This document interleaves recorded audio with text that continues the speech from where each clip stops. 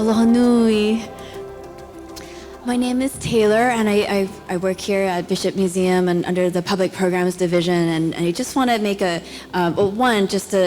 just to extend our deep aloha and gratitude for everyone for being with us this evening. With the weather, we had to move everything inside, but it's such a blessing to be here inside Hawaiian Hall. But I did want to make note before we begin, and it'll be in a few minutes, that we have as many seats as we could safely fit inside on the first floor. But we do have still a larger number of people who are expecting to join us tonight. So I just want to, if everyone can just be mindful of that, if kupuna are coming through, if we need seating, just to accommodate, we want to prioritize kupuna having seating tonight. So just be mindful of that throughout the evening. I know it's raining and there's traffic and people might be coming a little bit later. So just want to put that announcement out there for everyone.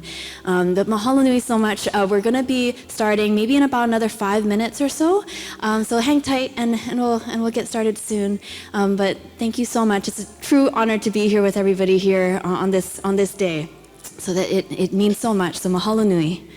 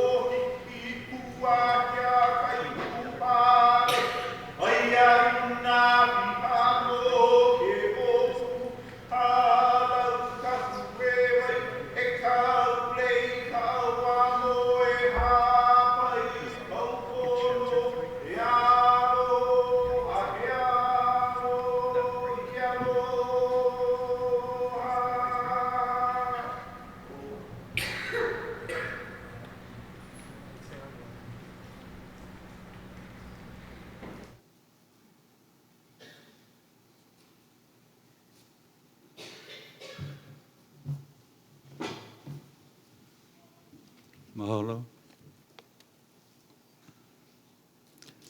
Aloha mai kākou.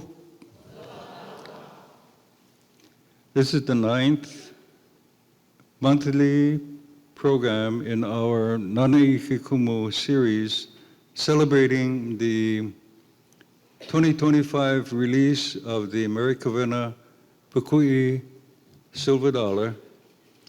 And we've had programs every month here, and there's been a couple in Hilo. And they've all been very heartwarming, and it's always great to see so many people gather to reminisce in different aspects of Mrs. Pukui's long and industrious career.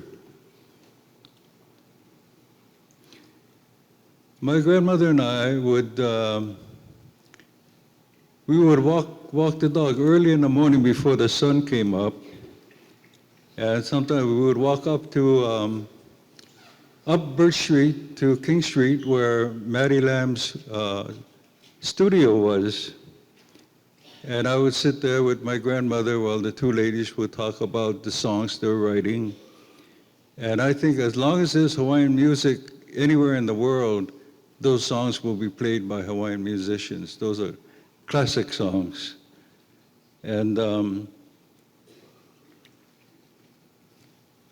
I would go with her and sit down with her until Auntie Maddie's sister, Mila, would come by the door and say, "La'aka, let's go eat lunch." So we go across to Birch Inn and have a cheeseburger. That was the highlight of my day.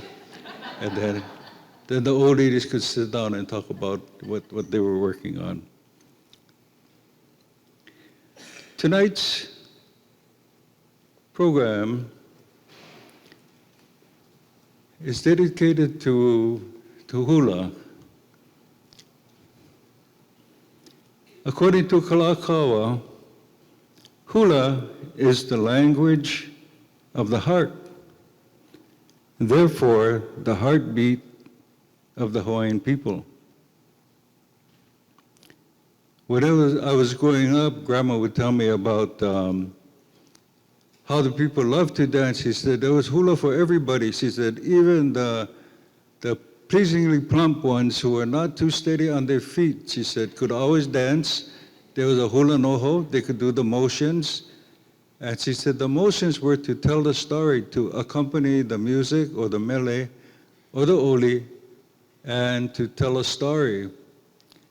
And my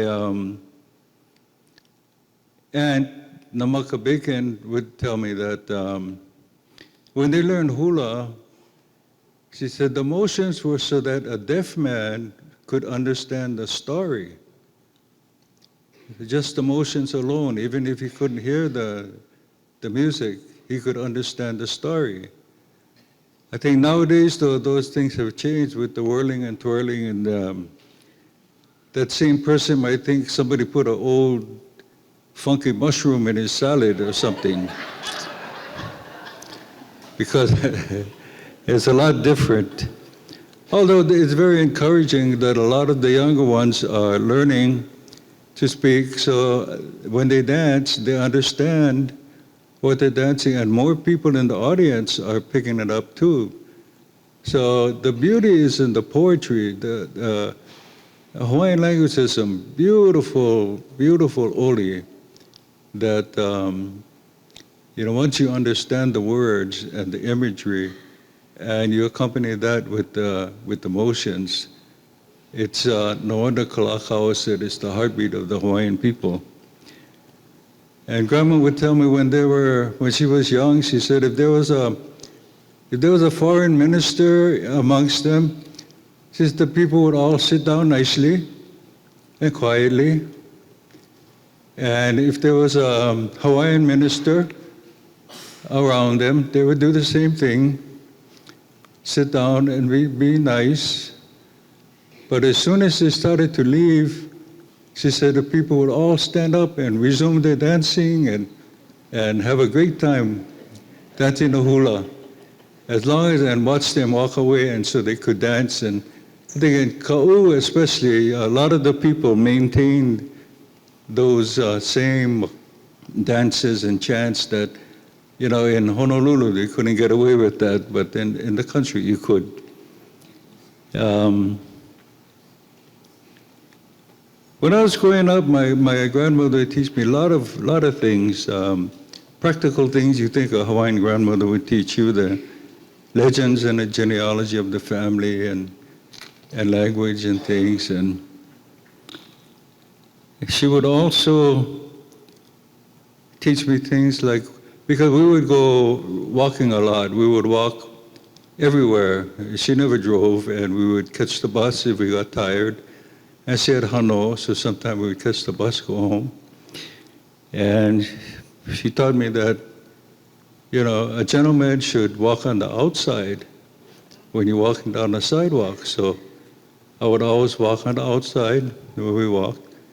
And she said, and a gentleman gives up his seat on the bus if a lady has too many packages to carry. So I'll never forget, I was about 4 years old, and this older Japanese lady was kind of in shock when I said, ma'am, would you like to take my seat and sit down because you have so many bags?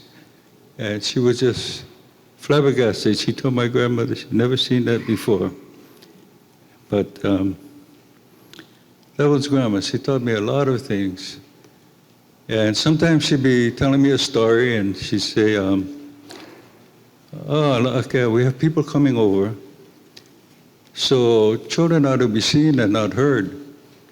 So when you come over here, you sit down on the floor by Grandma, and you just be quiet, you just listen. And so that was a large part of the education, sitting down on the floor and just listening. And she would tell me sometimes, she said, "Lake, you have a stubborn grandmother." And I'd say, "Why do you say that, Grandma?" She said, "Well, being stubborn in the right way is determination. And in the wrong way is just being obstinate."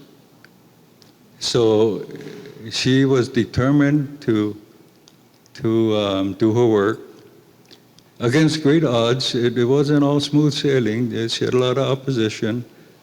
But for example, she would argue with the scientists because they said there's no way people could jump in a canoe and travel around the Pacific Ocean.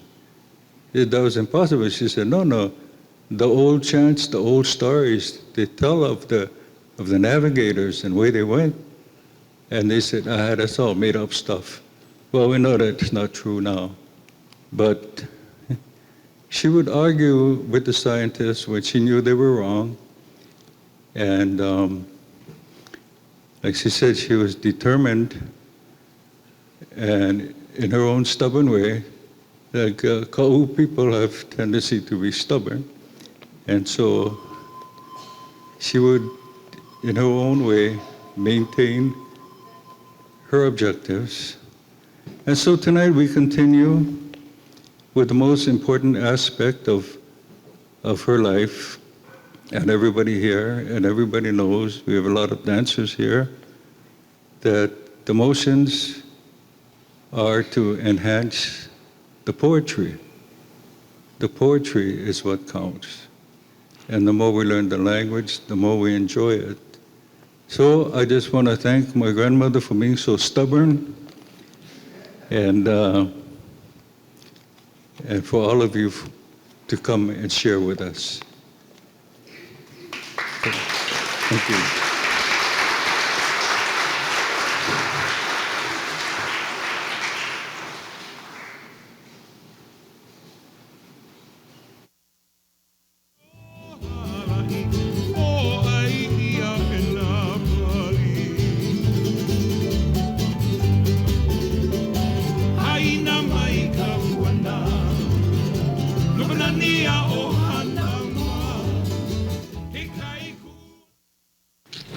Aloha kako.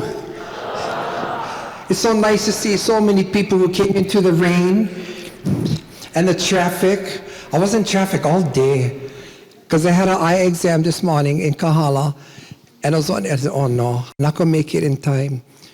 And so, I called them. I don't know, accidents all over, yeah? And so, yeah, it was accidents all over. But I'm so surprised there's so many people here tonight. Thank you for joining us. Thank you so much. We have 10 mele for you this evening, and I'm going to explain each one. And in 1950, Adeline Maunupauli, my hula mother, she first started to have classes with Mrs. Pukui on a Birch, I'm trying to take off my shoes and I'm losing my glamour, on Birch Street, and every Wednesday afternoon she would have lessons with her because Mrs. Alice Kalahui, who was her supervisor with the Parks and Recreation Department, had wanted her hula staff. Can you imagine they actually had a hula staff? They did. And so that, the hula staff at that time was Adeline Lee and Rose Lane. Auntie Rose Lane, and Uncle Joe Kahaulelio. And Auntie Punani Alama was there for a while too, and so they would go and take lessons. The only one who really stayed with the department was Adeline Lee, and so the last of her lessons was in 1965. And she had known Mrs. Pukui for most of her life through her father, Thomas Maunupau Sr. And so when I used to go to hula, just to accompany my sister mainly, and I just found it so fascinating, the mele and everything else. And throughout the years, well, I just hung around and learned a thing or two. But Adeline Lee said, What we're going to present now is the first mele that was taught to her, and it's called a mele kahea. And so it was explained to me that the old Hawaiian custom of hea, or calling out to others to your home as a part of hospitality, always included a mele kahea. And along the way, somebody had decided to change it and call it an oli aloha. And for those of you who know Hawaiian language, you know oli aloha will translate into beloved chant. But a mele kahea is a song that will kahea to all your friends and family. And Mrs. Pukui explained to Adeline, well, a Hawaiian never closed their mouth when people came to visit you. They would tell you how wonderful it is to have you come. You're like a breath of fragrance and so refreshing like mist in the house. And this is what you want to tell your guests. And somebody several years ago changed one word in this mele too. There's a line that says, ahikimai no oe. You have arrived. And somebody thought it would be better to take the oi out and replace it with oko. It's not better. And for those of you who know Hawaiian, oko means all of you. And oi means just you alone. But the word oi is used because when friends come, we want you as individuals to feel special. And you folks are special. And look, you made it to the rain and the traffic and all the idiocy out there. And so you are special. And so this is the mele kahea. Oh, and also Hawaiians say, well, if you want to change a word or something, that's very, very maha'oi. That's disrespectful to the composer. We don't know who the composer is for most of the mele we're going to be presenting. Because when Hawaiians gave something, they took their name away from it. That's not true giving. And so they would just relinquish all the mele to you. This mele kahea, from what I understand, comes from Mrs. Pukui's family. And it's been in her family for a real long time, generations. And so it is the voice of generations that's going to welcome you to Pauahi's house.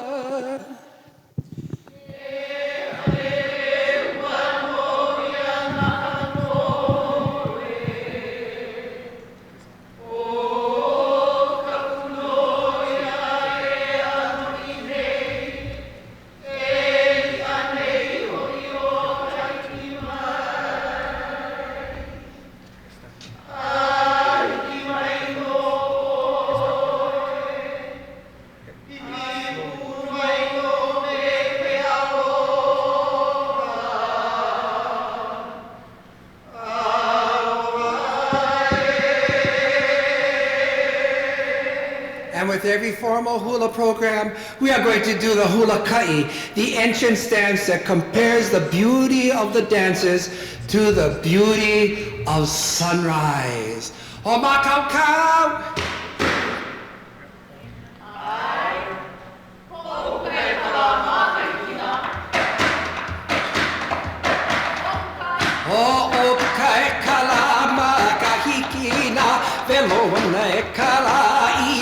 Kahi ha'amai na haiva mehi ia kai ka poli la kau ka haiva ivai ho ino e ke kapu me nā li'i e ula mākou a maulo ala e ala e ala e ai. The next dance we're going to show you is entitled Nani Kilauea. Mrs. Kawena Pukui had composed this chant for the beauties of Kilauea and the beauty of Madame Pele. Pele is very, very important in her family. Her family is related to Pele. And we have a Pele dancing with us here tonight. Pele, tell everybody know who you are. She's named Pele Honuamea. Yeah, after her grandmother. And then her sister is here, Kalima Kuhilani. Show everybody who you are. There you are. And then we have, is that Frank Kai'okalani in the front row too? Okay, that he came all the way from Hilo. to be with us. And as Kule Milika'i Kealoha Rianne Graves' grandson, she's been taking hula from me the longest. She's actually very old, but she looked pretty good, yeah? And then we have the gentleman in the back row. We have Pele's husband, Kekoa Harmon. Yeah, he and Frank work at UH Hilo. So Frank and Pele and Kekoa came from Hilo to be here. And then also in the back row, we have Kamealoha Forest. He comes from Kauai. And he's an Ilala-Ole descendant. We're gonna do some of Mr. Ilala-Ole's dances.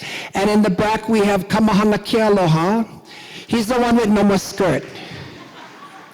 And there's a reason why. He came up to me, he said, "Oh, can I take the chalk?" I said, "For what? You're not going any place." He said, "I forgot my skirt."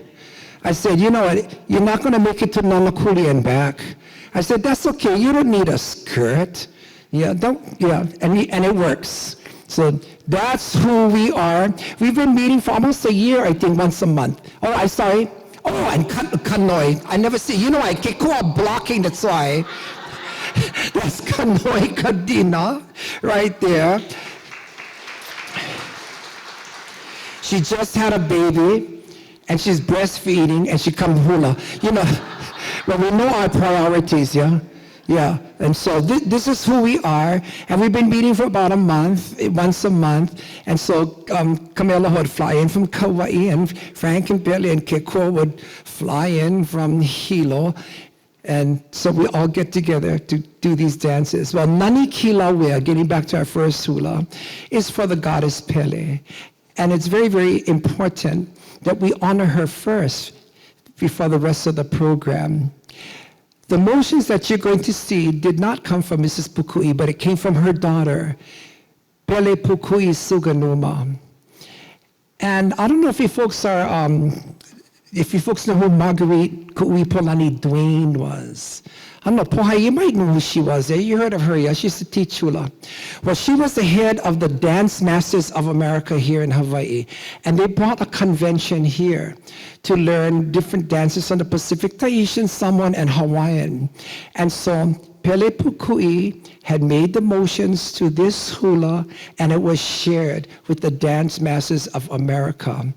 And I think that's just about the only time was really, really done until we're going to show it to you now. So this is the beauties of Kilauea, composed by Mrs. Pukui, and the hula done by her daughter, Pele Pukui Suganuma. Ho'omakau-kau!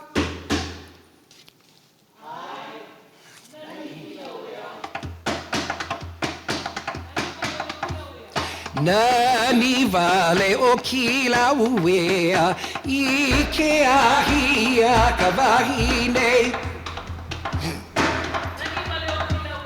Nani vale o Kilauea, ʻike ahia ka wahine.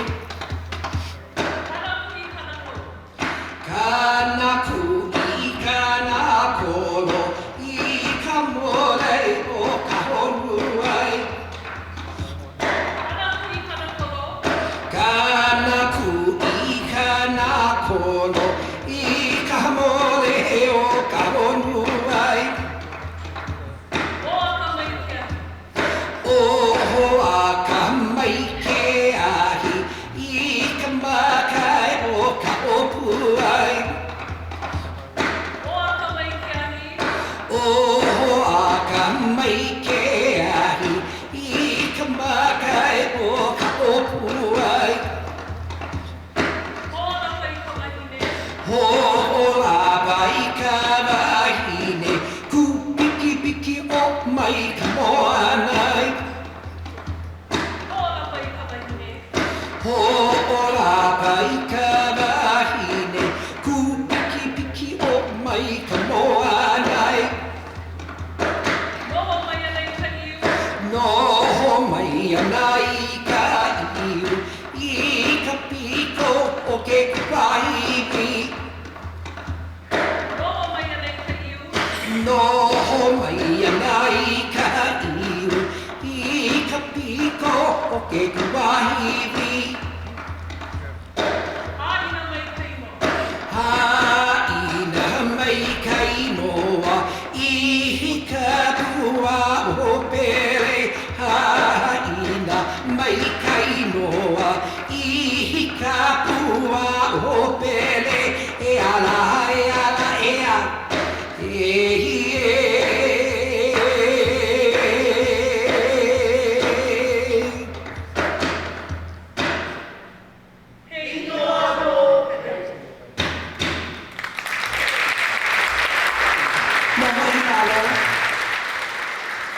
Our next hula takes us to 1874, when Kalakaua became king, and he is going to go across the ocean to settle the Reciprocity Treaty.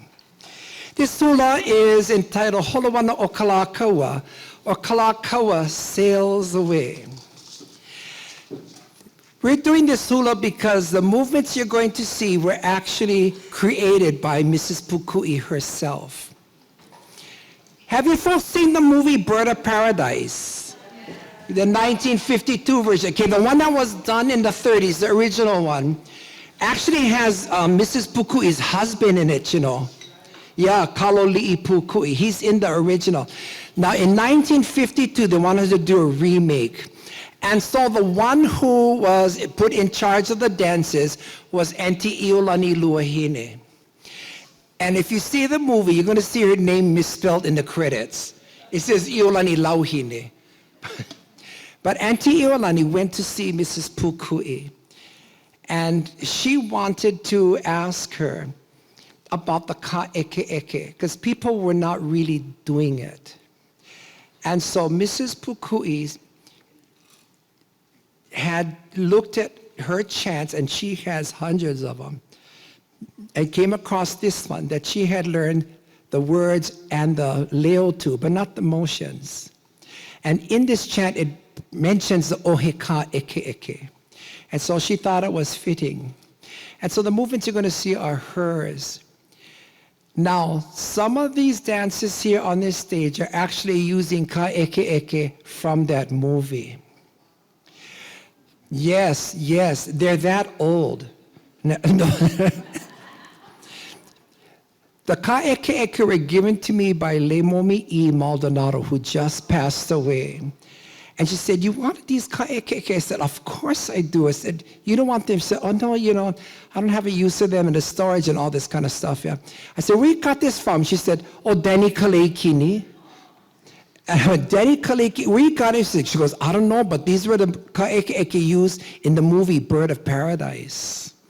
Now, even though these movements were created for that movie, this hula was never done in the movie. So you're going to see it now. Holowana o Kalakaua. Ho makau.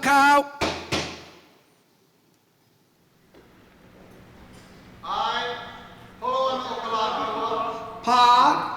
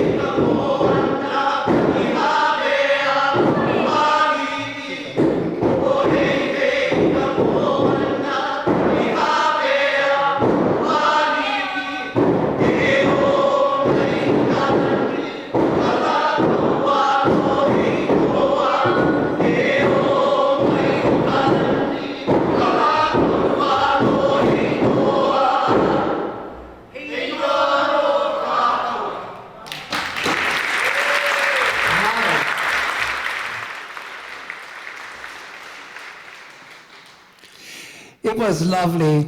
I'm living in Manoa. I'm actually born and raised in Manoa, and I moved out to Nānā about 30 years ago.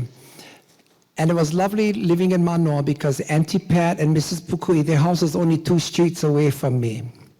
How's that, yeah, for a neighborhood?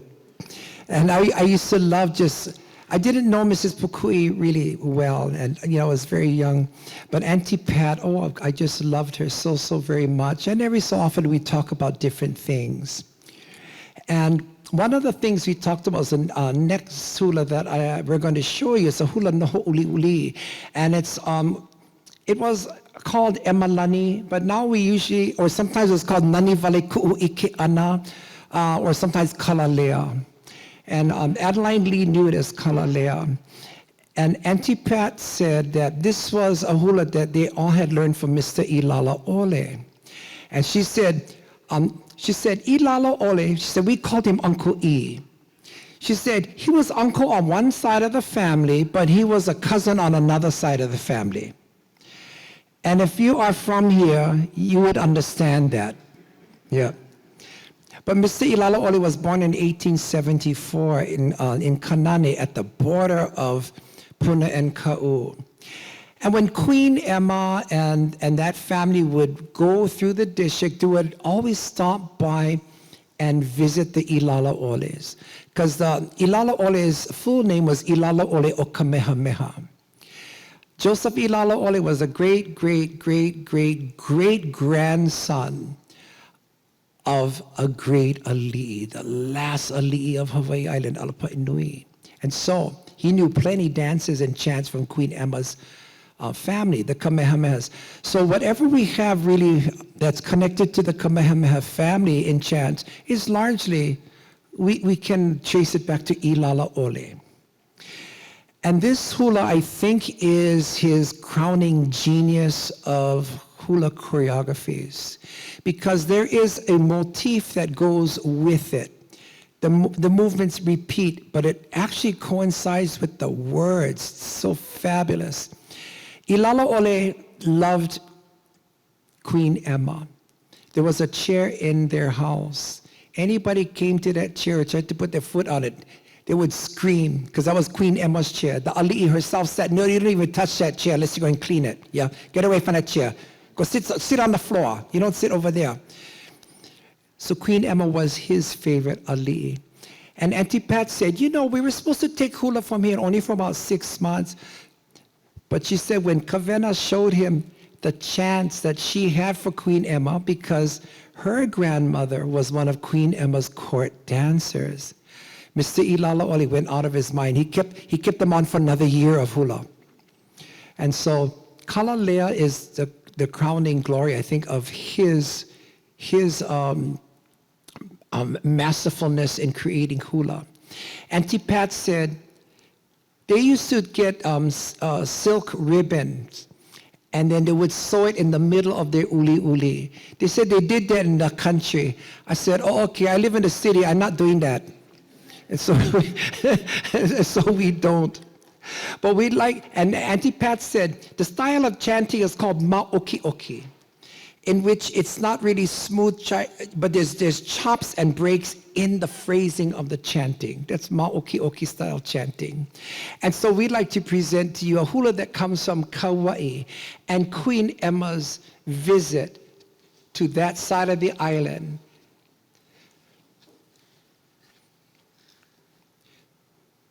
Ho makaukau.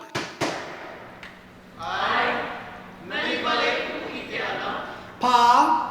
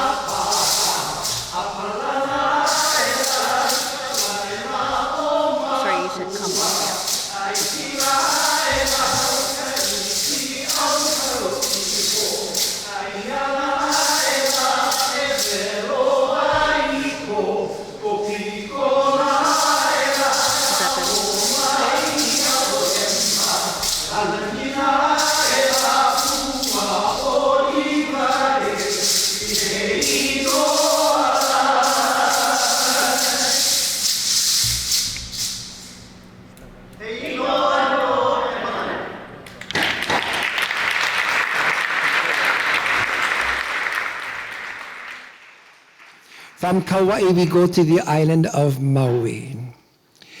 And once in a while, Auntie Pat and I would chit-chat about different things, and she would always talk about relatives coming to their home.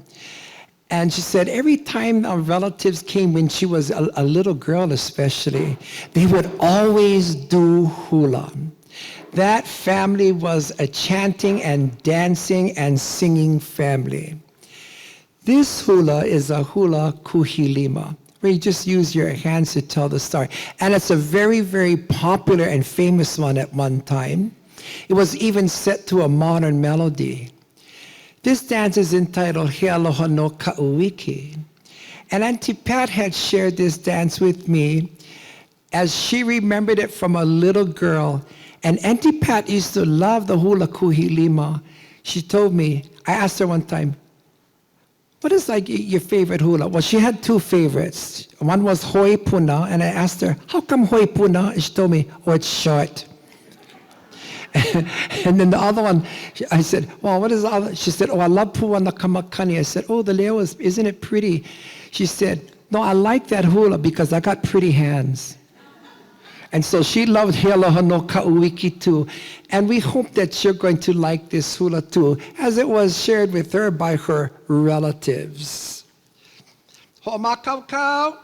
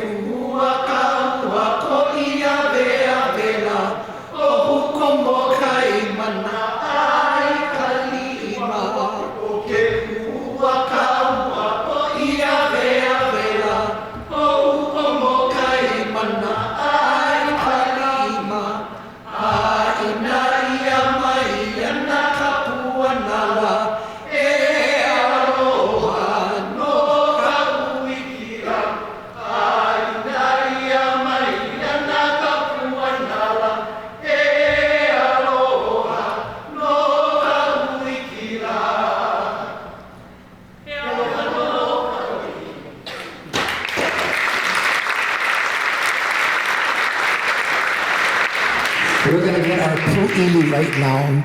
This is a real old hula. It comes from 1865. Isn't that something? And this is another hula that was done in Mrs. Pukui's family. And it's about this man named Pele and his wife. They're going to come down from their mountain village. They're going to go to Nā'alehu. And there in port is the ship, the Nautilus, the Naukilo. And so Pele and his wife were invited by the captain to come on board the ship. And these Kua'aina Hawaiians, it's so lovely. It's the first time they're going to hear a piano. And they're stuck into Pele's mind all the way while walking back home to his village. And so this is his impressions of listening to the piano for the first time. And it's also going to be the first time they're going to see a mirror. And so you're going to see them exchanging their pu'ili in one of the verses, and that's how the Hawaiians have shown the concept of looking at yourself for the first time in a mirror. So let's go back to 1865, to the wonderful sounds of the piano, which reminds one of listening to kahuli shells. Ho'omakaukau.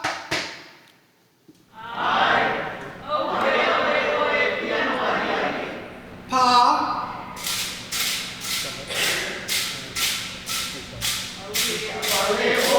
Piano,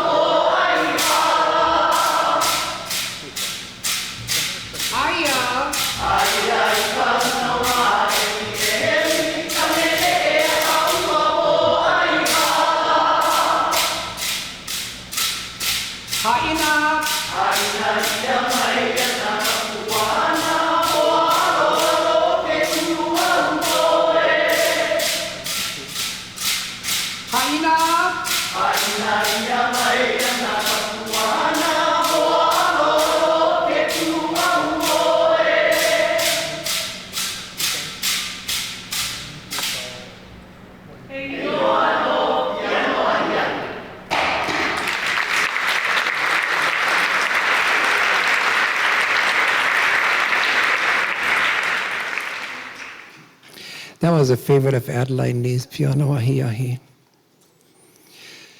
In 1932, I think, in 1934, Mrs. Pukui taught at Punahou School. She was invited by her dear friend Jane Winnie to come and share the lore of Hawaii, about plants and animals and some songs and some hula and whatever she could come and share. She also gave to Punahou School the first Hawaiian curriculum. When I went to Punahou School in 2019 as a teacher, I was telling people about this next dance, and she had composed it for the children of Punahou School. And actually, people kind of went into shock, like, oh, Mrs. Pukui was here. I said, yeah. And so our archivist, Kylie Marr, she went through the records, and sure enough, there was the curriculum, there was, her writings and everything else. She was there for nearly 10 years. And it was lovely that the Bishop Museum shared her with Punahou School. And she would bring her mother sometimes, Pa'ahana, with her, and then later on, her daughter, Pele. We have pictures of these things. It's so wonderful. But what's even more wonderful is that right now we are putting finishing touches on the Mary Kawena Pukui Learning Commons on the Punahou campus.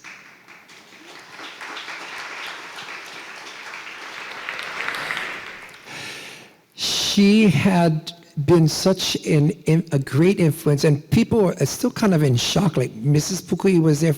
But Mrs. Pukui was humble. She didn't go around touting what she did and everything else. She did what she did out of love, and just to share what she knew in however she could. And at the Punahou campus, she was the one also who translated into English the story of the Punahou Spring that her friend Caroline Curtis had rewritten and put into that book, Tales of the Menehune. And so it's that version of the Punahou Spring that we teach our children at Punahou School, our mythological beginnings of that spring found under a puhala. And every child that graduates in Punahou School should be useful and strong as a puhala, because it has many uses, from its leaves to its fruits, to its branches, to its roots and all. And from a spring, it just keeps on nurturing wherever that water flows and touches. And so we'd like to think also from the leaves of the puhala. From the lauhala, we weave a mat that seats many. And Punahou has come to be such a real Hawaiian place, you know. It really does. We teach ʻōlelo Hawaii from kindergarten all the way through 12th grade. And yeah, for real. I was shocked to see at least 1/3 of our students actually run around barefoot at Punahou. Okay? No, really, I was shocked because, you know, and Kanani, Kelekulio, you're here, yeah, tonight. That was you, yeah? Okay, I thought it was one of the exhibits, but she teaches Hawaiian language at Punahou. Yeah, Kanani, she's there.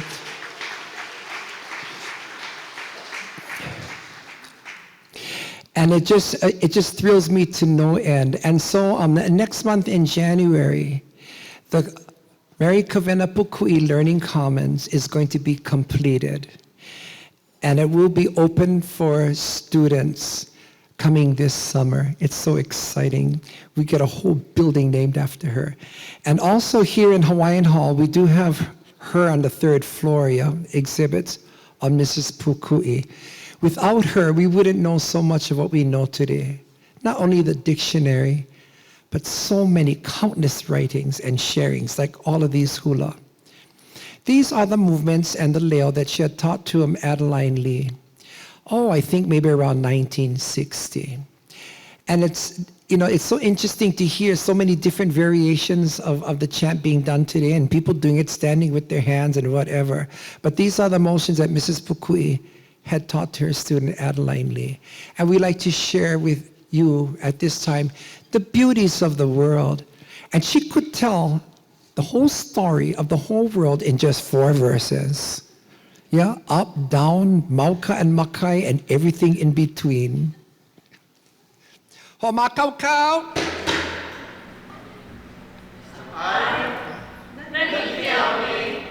Pa.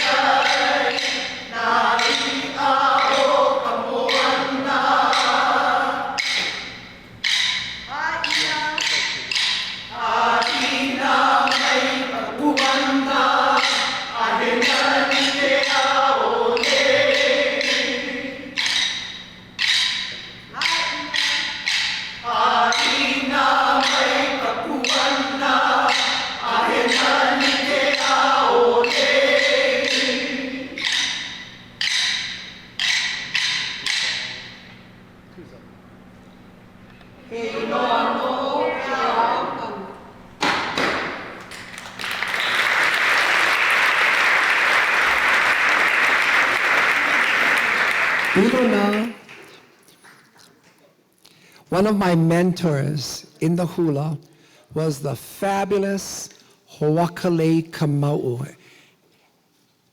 And Hina, you're here yet tonight? Yeah? Macy, where is she? She's here. Somebody said she was here. Okay. Because it was actually Auntie Huakale who started off the Hawaiian Renaissance. She had been approached by Alfred Prayers of the State Culture and Arts Department, Division, whatever. You know, the state got so many damn departments. And you first remember the Model Cities program. Yeah, Honolulu was one of the 10 model cities in the United States. When I taught at Honolulu Community College, one day I looked at my chair and there was a Model City sticker. I said, this chair is this old. But that chair had plenty mana because I was a chair that Auntie Edith Mackenzie occupied. Yeah, I know. I wanted to take that chair home when I left, but I took too many things on the state when I left. But no, But Auntie Huakale, she asked her aunt, Auntie Iolani, what do you think? Is this a good idea to go and teach the ancient hulas? And Auntie Iolani thought it was a good idea. And so that was the start of the State Foundation Culture and Dance workshops. And they taught the chants at Nanakuli and Waianae, Waimanalo, and in Honolulu. And that was the start of the Renaissance. But Auntie Huakale, when her dancers would dance, she said, no program of ancient hulas is complete without the mele ma'i, the genital dance. These are not sex dances. These are genital dances. And I think you folks know the difference, yeah? Oh, look, nobody wants to admit. Stop it, it's not church. But these kinds of genital, Hawaiians name their genitals, especially for the ali'i and the kahuna classes, because it's through family lines that your art and craft is going to live on. And so a lot of these genital dances were composed for the ali'i. This one was composed for the son of King Kamehameha III. And this is going to be Prince Albert Kunui Akea. A lot of times he is mentioned as an illegitimate son of Kamehameha III. But Hawaiians, we don't have that kind of idea of illegitimacy like Hau'ole's do. And, you know, I have half-sisters and half-brothers, and we never called them half. In Kamakapili Church one day, I was sitting next to Uncle Eli Kawai. Oh, I love that man. He was so feisty. And we were talking about this. I said, we don't call half-brothers and sisters half brother and sister. He said, yeah, if you call him half-brother, what's the other half? Sister.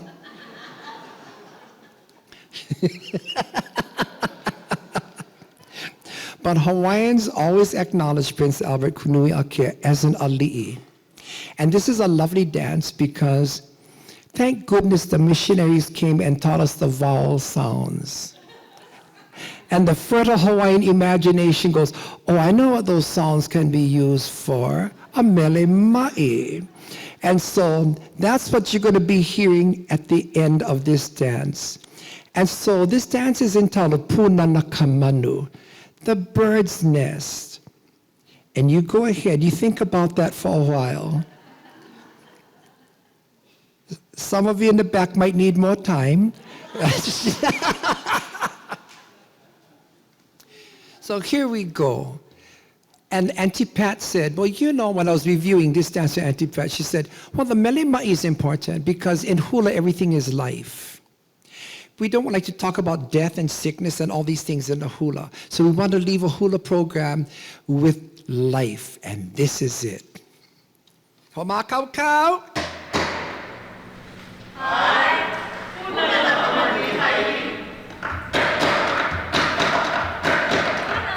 Punana kamanui hai la ea, punana kamanui hai la ea, kanu ale wai mo kam te lela,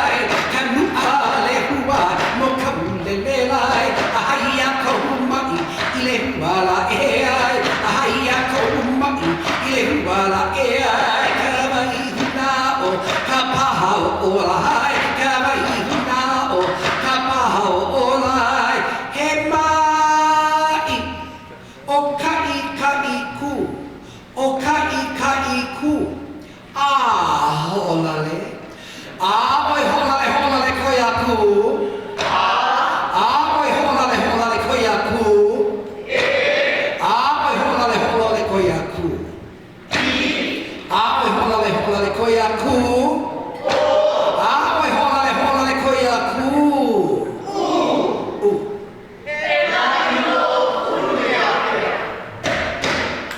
There you go.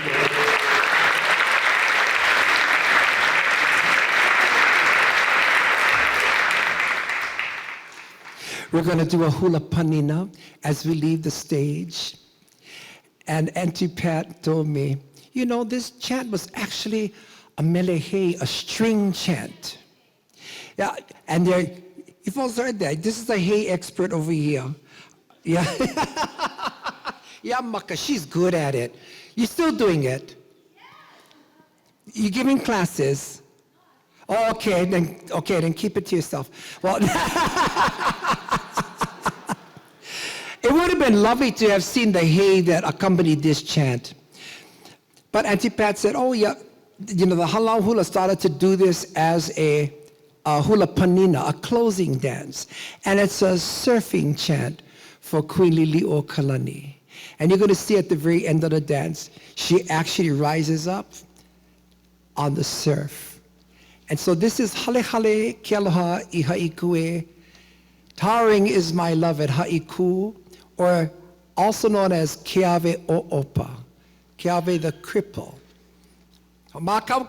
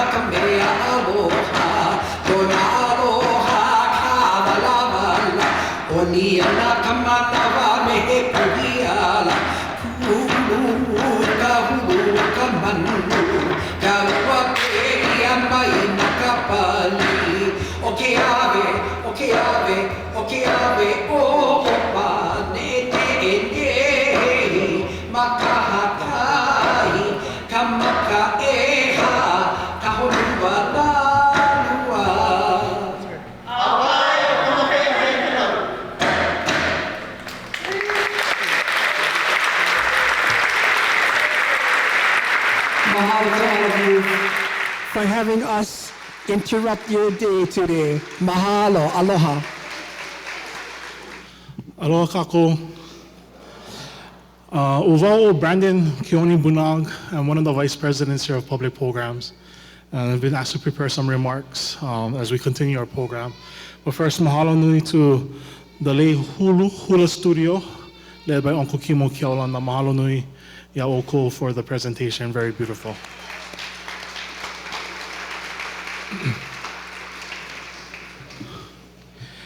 E ke akua, na kini akua, na auma kua, na hulu kupuna ko wai hala, na kupuna ino homa lie ma loko nei o keia hale. E na hulu kupuna o nei wā, na makua, na opio kalahui Hawaiʻi, e noho ma keia pai aina ma Hawaiʻi, a e noho i o ia nei maka honua. E ka ohana a Mary Kawena Pukui, o hii aki ka polio Pele, ka wahine ai honua Pukui, ka hulu kupuna kau i ka vekiu, ia o ko e na mama Pukui. E na hoa kipa na malihini na hoa hana, velina me ke aloha ia o ko pakahi apau. He wahi leo hea ke ia o ko pakahi apau, e ka lehu a ka lahui, e ka ohana a Mary Kawena Pukui, e na hoa kipa me na malihini i ke ia wahi kupai anaha, ka hale ho ike opi hopa. Ke huine kako ma ke holo ke ahi i ohana i e lua wahine. Ma ke ia la ka makahiki umi kumawalu kana kolu, kumakahi ua hanau ia mai ke Aliʻi Bernice Pauahi Paki ma Honolulu nei. Na Abner Paki me loa kronia kona mau makua. Ma ka au kona makua he mamo, he lala pono ia ka naʻi au puni o Kamehameha pai ea. I kona ola ana i ke akula o Pauahi ka emi ana o kona la hui me ka wiki loa.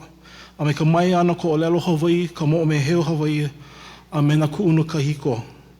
Ma kona na au ua paʻakamana o iʻo, he ala ka hoʻona au ana no ka hoʻomālamalama ana i ka wā e hiki mai ana no ka poʻe, no kona poʻe. Me keia manaʻo, a ma kona palapala hoʻoilina ua hoʻokumu ʻoia i ke kula no ka hoʻonaʻauao ana i na hanauna o ka lāhui Hawaiʻi i hiki a kākou ke hoʻokūkulu hou i ke kahua. O keia kahua ʻoia hoʻi, ka hoʻi ana ka ʻōlelo makuahine, ka hoʻomau ana i nā moʻolelo, nā moʻomeheu, a me nā kuʻuna Hawaiʻi. Me ka manaʻo like, i ka makahiki 18 kana 8 ua hoʻokumu o Charles Reed Bishop ke kane a ke Aliʻi Pauahi i keia hale ho ʻike. I kuʻu manaʻo o keia hale he mea hoʻoia iʻo o ke aloha nui a Charles Reed Bishop no kona wahine ke Aliʻi Pauahi. A no laila kapa ia keia wahi ka hale ho ʻike o Bernice Pauahi Bishop. O ke kahi o nā koliana mākou o ia no ka malama ana i nā mea kupuna, nā mea kahiko ko kākou moʻomeheu Hawaiʻi.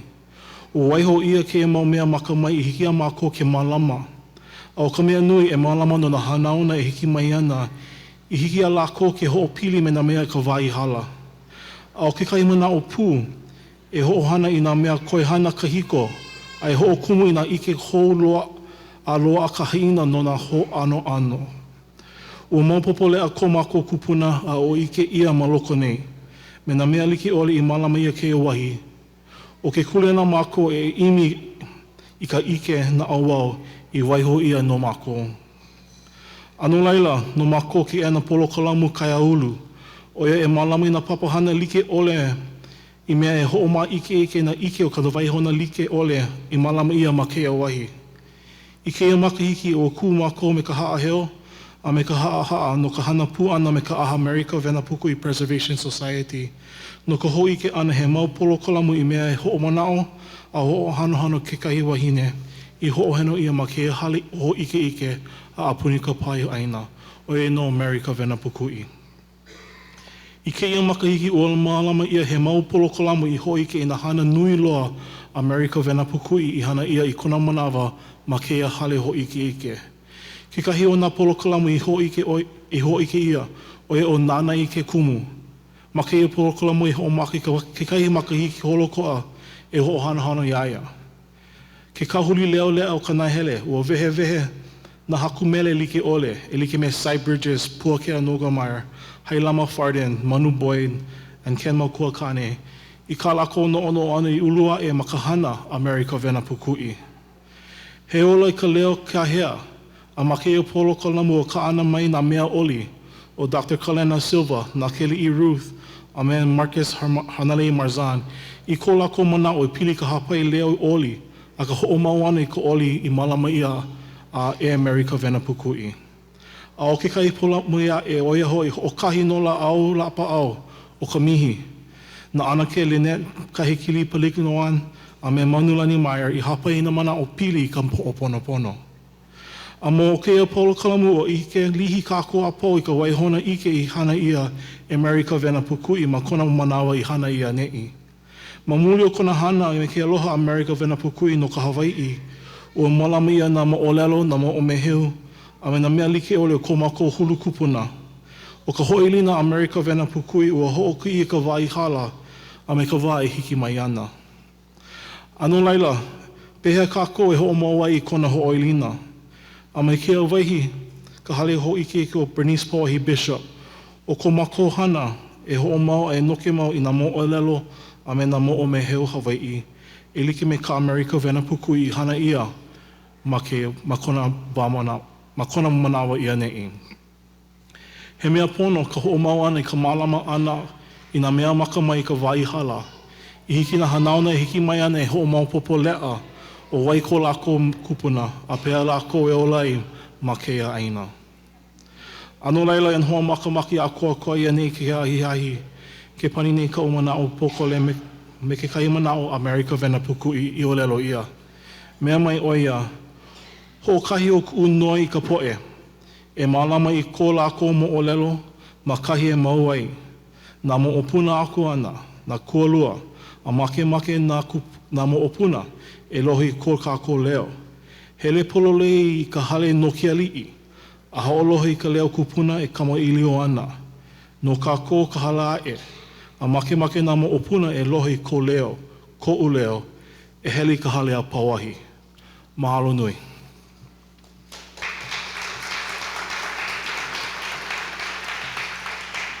At this time, I'd like to introduce our President and CEO, Dr. Christopher Helgen.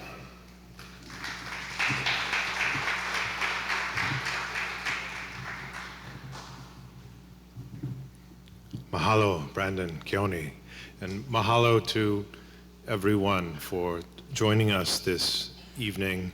We have many dear and distinguished friends here in the audience, and we are grateful. We have a lot of gratitude to be able to share this day, this evening, Founders Day, with you here at Bishop Museum, the Bernice Pauahi Bishop Museum.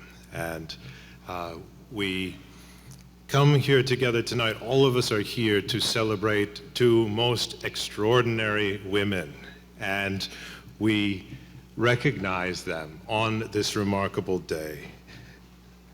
Princess Pauahi, Bernice Pauahi Bishop, and Mary Kawena Pukui. And I will thank a number of you shortly for all the different ways that throughout the year, many of you, friends and scholars and students of Hawaiian history and with a love of Mary Kawena Pukui have celebrated her life and her legacy in programs, wonderful programs that have happened throughout the year. When I think of these two women side by side, when we can see their extraordinary portraits together, I think of several things, and one first thing that comes to mind is their love of place, their love of all things Hawaii. And all of us in Hawaii can call on this incredible connection that all of us can acknowledge with Pauahi and with Mary Kawena Pukui. But here at Bishop Museum, we feel so special that we can channel that connection to place and to these women so deeply. Another thing that I think about when I see their portraits together is the vision and the eye that they had on the future, that they must have had, these extraordinary personalities and intellects and the way that they saw forward. And with Princess Pauahi, the dedication and the vision to bring us here today, even more than 100 years later, to experience here Hawaiian Hall and incredible aspects that we steward, that we care for, that was part of a vision that these objects should be here and that they should be seen and experienced by the public, not just, of course, to remember, but to connect, to experience, and as time follows and time goes along and the generations flow, to learn, to continue to create, to continue to grow. And that idea behind the museum and the incredible cultural heritage that we can learn from, I think, is the same idea that Mary Kawena Pukui was able to capture in recording and documenting and then sharing as widely as possible so many pieces of place, connections to Hawaii, the stories, the histories, the songs, the chants, the proverbs. She has shared those so broadly in a way that, like the museum itself, we come to the House of Pauahi, we come to the library of Kawena Pukui, and we are here amongst these extraordinary legacies. So those legacies are not just recognizing that contribution that has carried forward to today, but that future that they are looking long out to see, which still goes far in front of us. Those are the things that I think of most. I'm honored. We are all honored to have many members from kupuna and generations, young and to elder, here with us today celebrating this Founders Day. We are also honored to have so many members of the family of Mary Kawena Pukui with us today. And I want to thank especially Pele Harmon. I want to thank La'akea Suganuma for being with us today and for the program by the Mary Kawena Pukui Society that has unfolded during the year and been celebrated in evenings here at the museum. La'akea Suganuma was speaking to me before the program began tonight, and he mentioned that an event, when the famous dictionary, Mary Kawena Pukui's dictionary, was published, the first original edition, 1957, when it was published, I believe, I'm remembering the story, it was Founders Day, that everyone came to celebrate and to recognize this extraordinary contribution. And so imagine that we are here gathered in 1957, that moment. It has brought them together then, it brings us together now. I'll close by saying that Library and Archives here at Bishop Museum has put together a special, small exhibition in what we call our Treasures Case. It's in this hall. It's up on the 3rd floor. Everyone should go and see it. And it is a celebration of the life and contributions, just some of the many, of Mary Kawena Pukui. And so please do take advantage of that. I thank our Library and Archives team for their scholarly curation of that exhibit. And as we celebrate today, we'll hear next from a panel talking about that incredible legacy. And I think, I understand that at the end of the panel, we will hear a recording from that 1957 event of a chant. And in that moment, we can think about that past all the way back to the original stories that we celebrate on Founders Day, and then far into the future as we hear together, experience together in Hawaiʻi Hall, in the Bernice Pauahi Bishop Museum, those words documented by Mary Kawena Pukui. Thank you.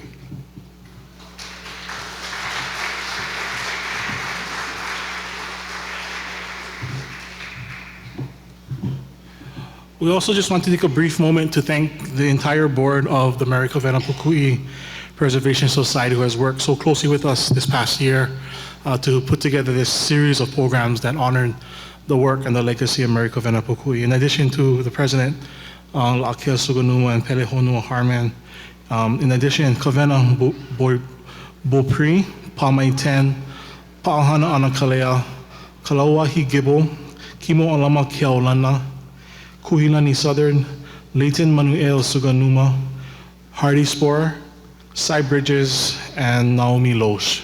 Mahalo nui a kokoapau. At this time, I want to invite Pele to the stage, and she'll move us into the next segment of our program.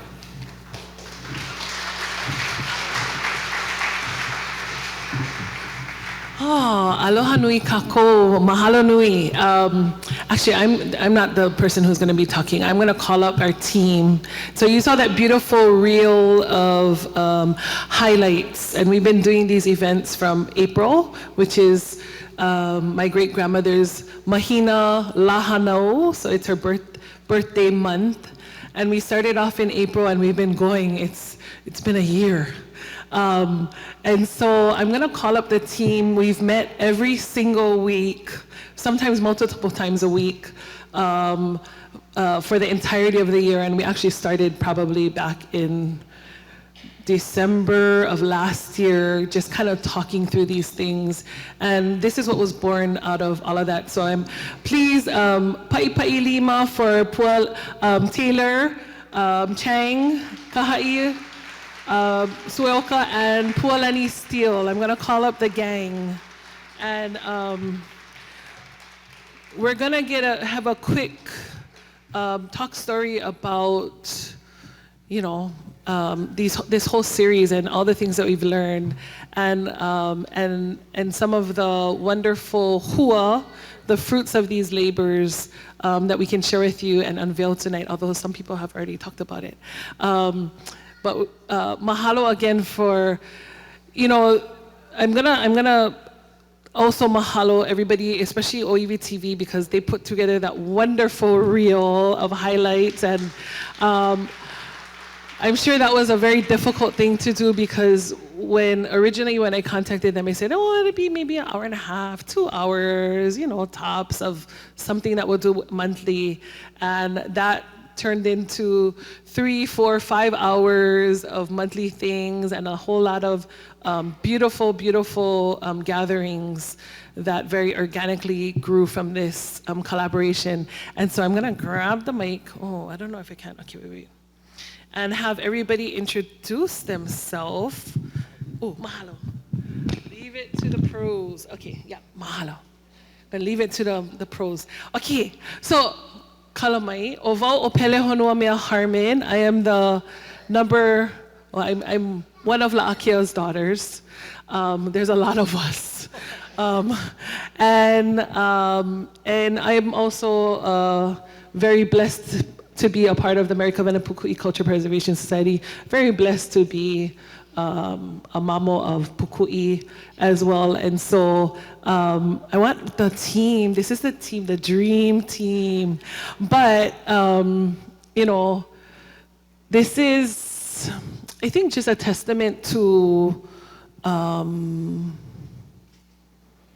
the way that our people are, and how when things got to get done, everything falls into place. You pule, you work hard, you do the work, and then you call others, and you kahea others, and then they answer the kahea. And so we'll go down the line. I'm going to start off with Pualani to my left. I'm a teacher, and I always start off to my left, so all my students know, don't sit on Kumu's left if you don't want to be the first. But anyhow. Aloha, I'm Aliʻi Pualani Steele. I'm the Special Archives Manager for the Special Projects Manager for the Archives.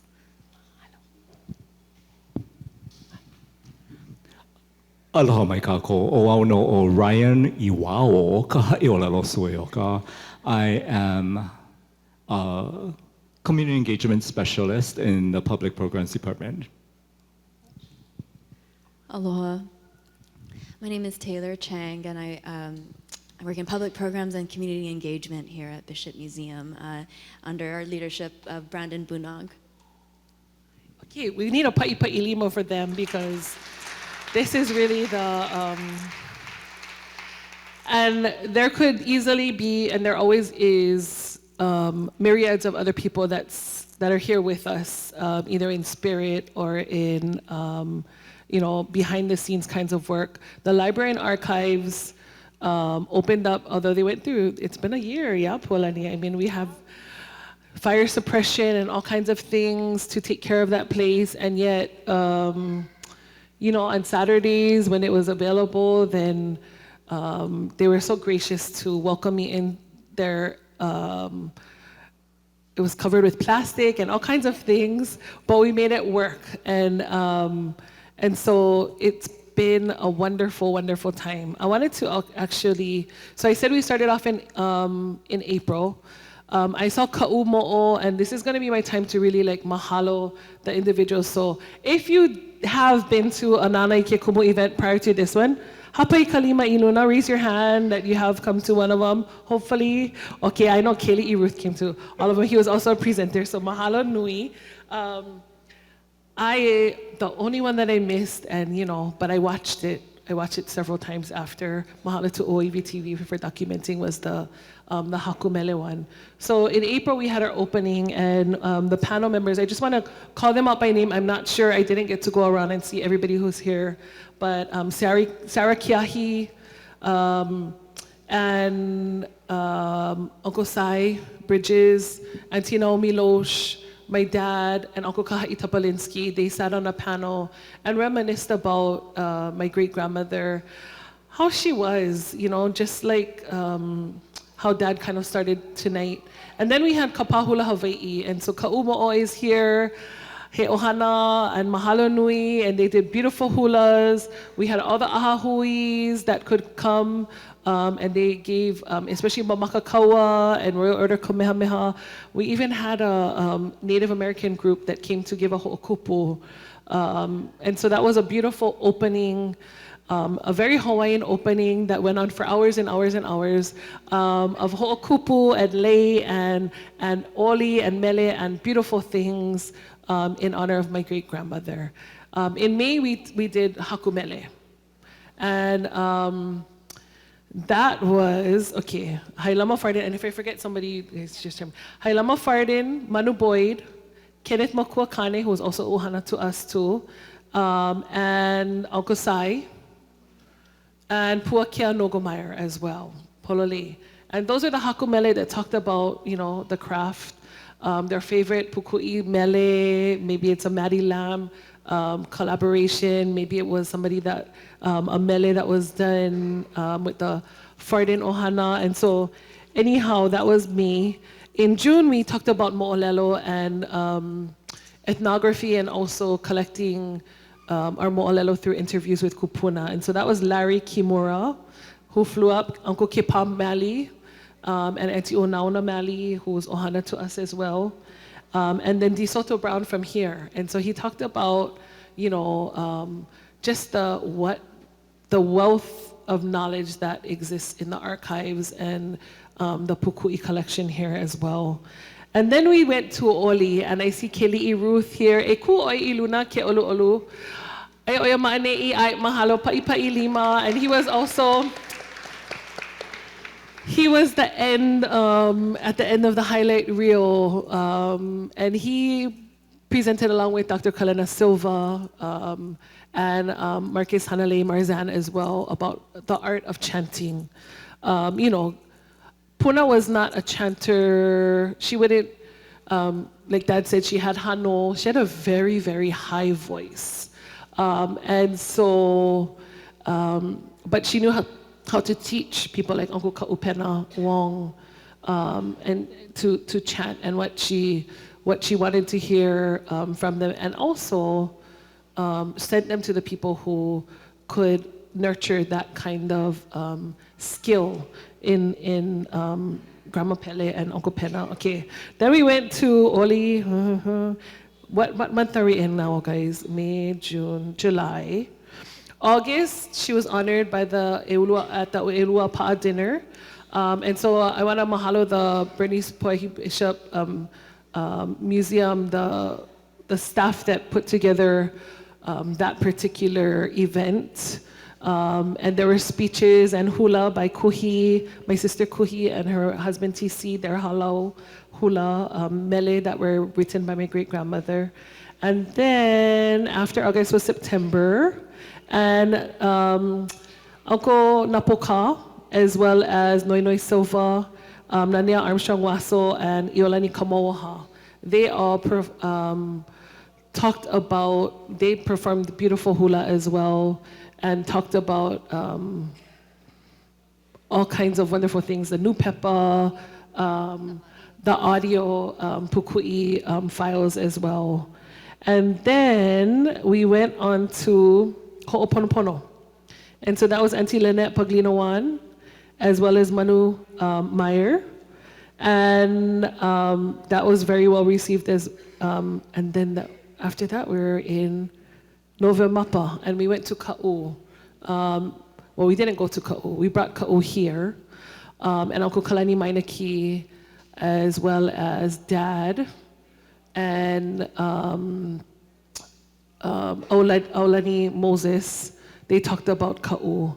And Auntie Myrna Kamai and Pualani and her hula sister also danced Kiala Kachip.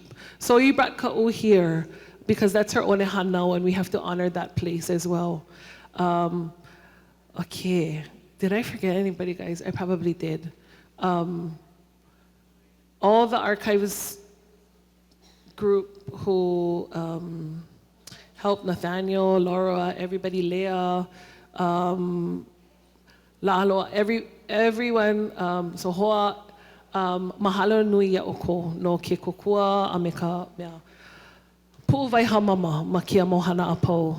And, okay.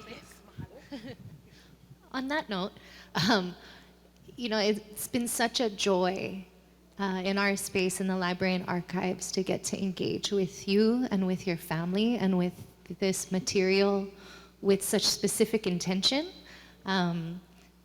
I don't love being in the spotlight, I'll say. I think this group, you know, we were hesitant to come up here, but we have been working very closely together for the last 9 months every week, and it's, you know, my kumu would say when you're nervous, that's a good thing because it means it's important to you, and this has been very, very important work for us. And we all wear many hats. Us, the staff at Bishop Museum, we wear many hats here. But this, getting to engage with your family and with all of the people that spoke at all of these programs has been really just reinvigorating for us and really inspiring. And it's inspiring us to keep doing what we do here. So, mahalo. Mahalo. I actually wanted to ask, so Pualani, since she's to my left again, you know, I was telling them as we were standing there in the middle, getting ready to come out to dance hula, and I loved it. It was so fun. And mahalo nui to Uncle Kimo as well, everybody for tonight as well, because this is our closing event. Unfortunately, I have to retire, otherwise my husband is going to divorce me. No. It's been a lot. And so mahalo nui to the ohana too for, you know, getting, letting me come and do these things and sit in the candy store that is the library and archives of the Bishop Museum and geek out on all the things for hours and hours on end, never ever getting enough and always wanting to come back for more. And so as we're standing there, then I'm looking up and on the 3rd floor, and I'm going to ask Pualani to speak about it because it was very, very, very helpful to look up and to see my great-grandmother looking down and kind of, okay, you know, usually I'm the ho'opa'a or I'm something, but dancing is so much fun. And so, yeah, could you talk about the treasure case, please? I'll speak about it briefly, but yes, we had the opportunity to put together a small installment honoring Mary Kawena Pukui upstairs on the 3rd floor, the treasure case. We just installed it yesterday so that we could get it done in time for this final program of 2025. I think it serves as a ho'okupu from us, from the museum, to honor her. And there were many hands involved that it would take me a while to thank everybody that had a hand in it. But really, I think the focus the whole time was on your great-grandmother, was on Mary Kawena Pukui. And my goodness, is it hard to fit everything that could represent this one woman in a single case. So we focused on her work as much as we could. And not only to honor the work that she did and everything that she left for us, but hopefully to show how we have this example in front of us of a single woman that achieved all that she did, and not just, you know, it seems to me, I didn't know her, I feel closer to her after listening to all of you speak, but not for the credit. You know, she did it because of kuleana and because there was important work to do and because of aloha. And I think that, I hope that looking at the case is just another reminder that there's more work left to do. Yes, so before you leave tonight, you folks have to go up and, I don't know, is there an elevator? No. Okay, there is. I mean, please, you know, if you're gonna take the elevator, take the elevator. So there is an elevator, and go up and see Puna up there. I wanna, Kaha'i, tell us a little bit about, we have a few minutes. What was your overall, and you can say you, You hated it. Well, yeah, what is your overall mana'o about this whole series and maybe the role that you played, if you can explain? Hoi hoi. Actually, I will say, my favorite thing about working and getting on that Zoom every week was watching this wahine work. And, to have so many pilina in our community, so much goodwill with the ohana, but to just come down and be, as she's talking about all of these presenters, sometimes I would be sitting in that meeting and as, people that do these events and reach out to community, she just every time would list off all the biggest hitters that we could possibly, like, oh, I want to just call, we gotta get them. This is Bishop, this is so big, you thinking, but every time, couple hours later, oh yeah, they're confirmed. So that is amazing to watch. And seeing the community show up for these events too, and being approached on, outside in the real world where people say, hey, I heard you did the whole pono, I missed it. Because, it's just to know that these events are resonating in the community, that the lahui, even if they're not coming to everyone, that there is this association with the work that you folks are doing, that the work that the Bishop Museum is doing, and that we're very akamai to choose, the partners that we choose. So mahalo for that.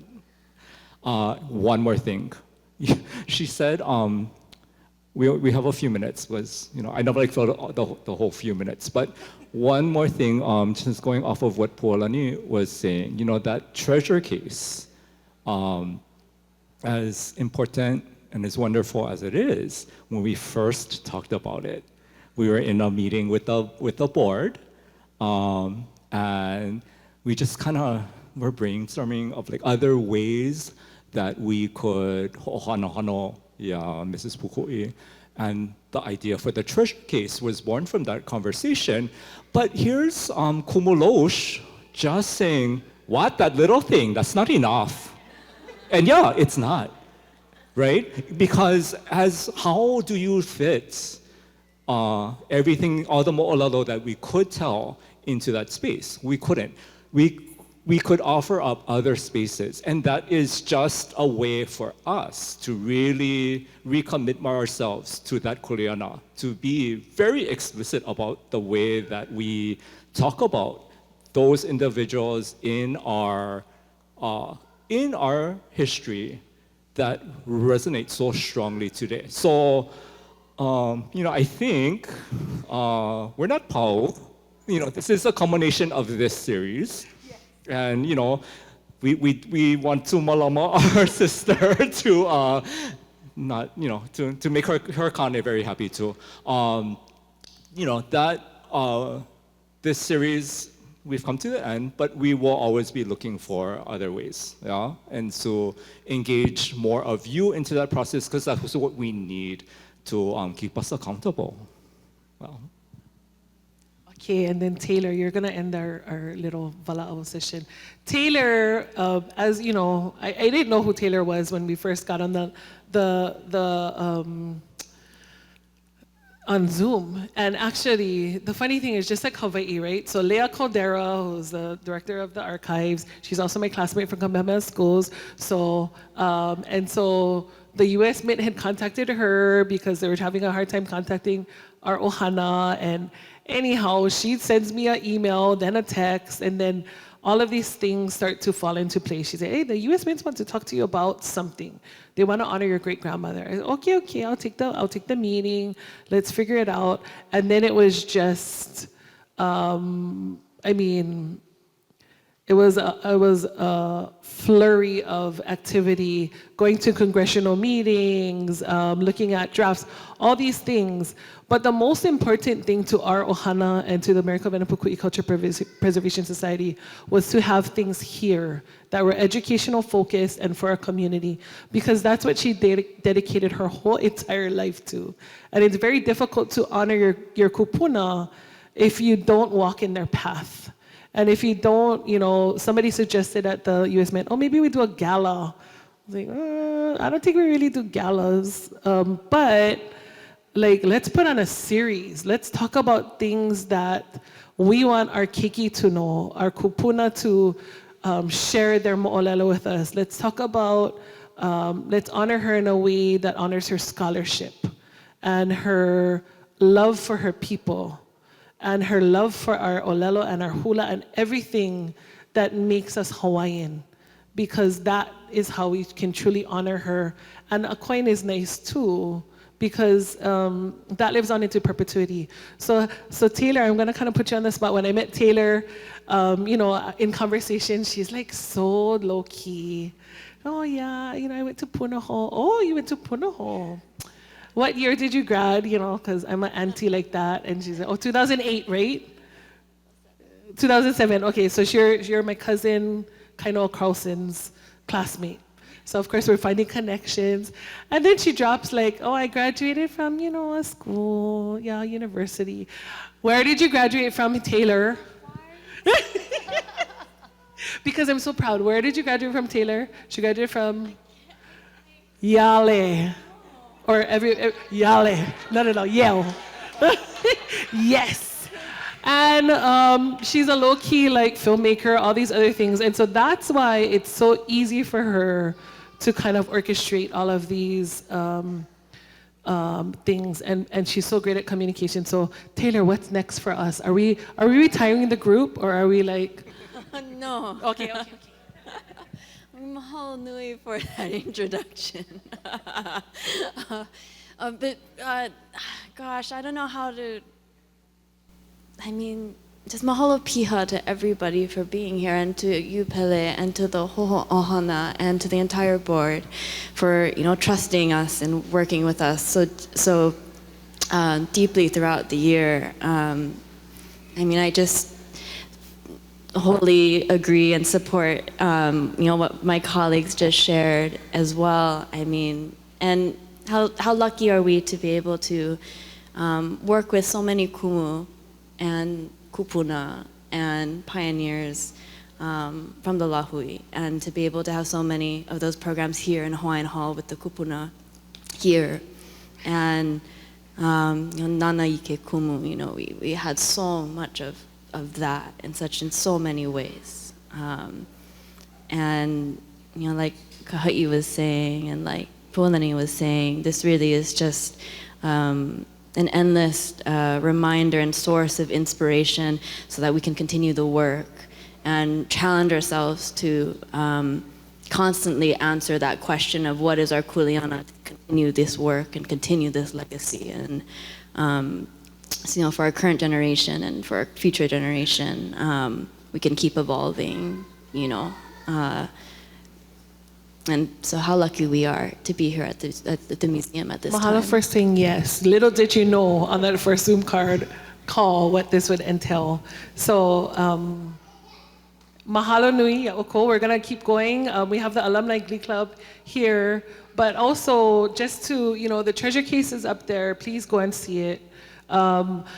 What's in store for 2026? So we're ending, tonight is the ending celebration of the Nānā Kumu Series, but we do have a lot of work to do. All of us have a lot of work to continue to do in our communities. The people that are here, they're the people who are in the community doing the work for our people. And so we just got to hold mo. As far as programming here, well, you never know. Uncle Sai always gives me, every time I see him, he gives me about 5 more projects. So we're not pow, but it's just gonna morph into something else. And so me ke aloha nui as we bring on our next group, and you're gonna hear some oli, some audio from the library and archives to kind of segue into, and I have to mahalo the next group that's coming on because this is Founders Day for Kamehameha Schools, of course, all of us know. And so Kekuni Agard, who is a classmate of Kawena, my sister, and Kekoa, my husband, he said, we're gonna make it, it's for Mrs. Pukui, we're gonna make it happen. And so they're here to share honor Pauahi, because Puna loved Pauahi.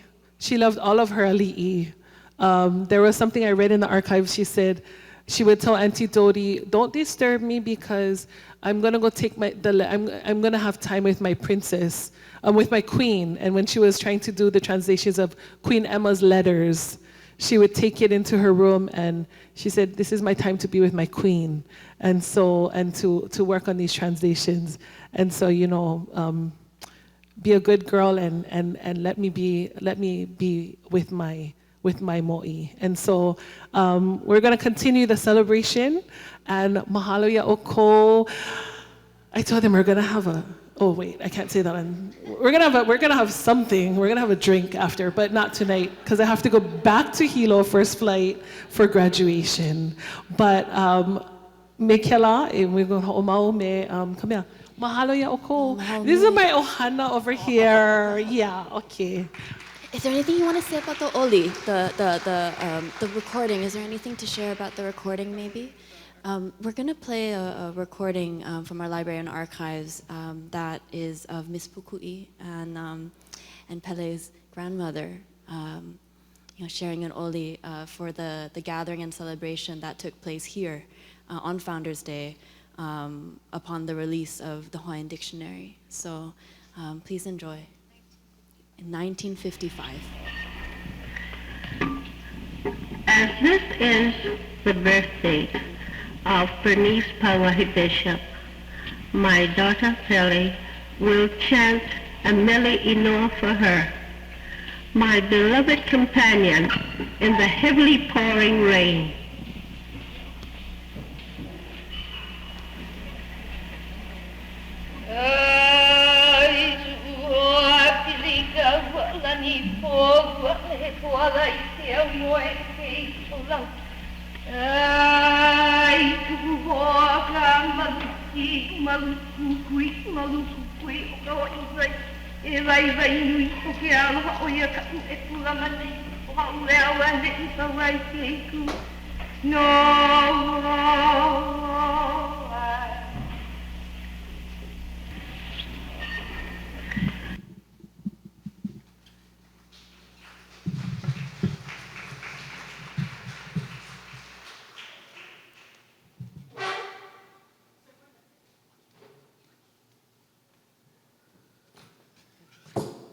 Okay, we're in for a treat. So we talked a lot about, Uncle talked a lot about Puna Hole during our hula. We're gonna bring up my school.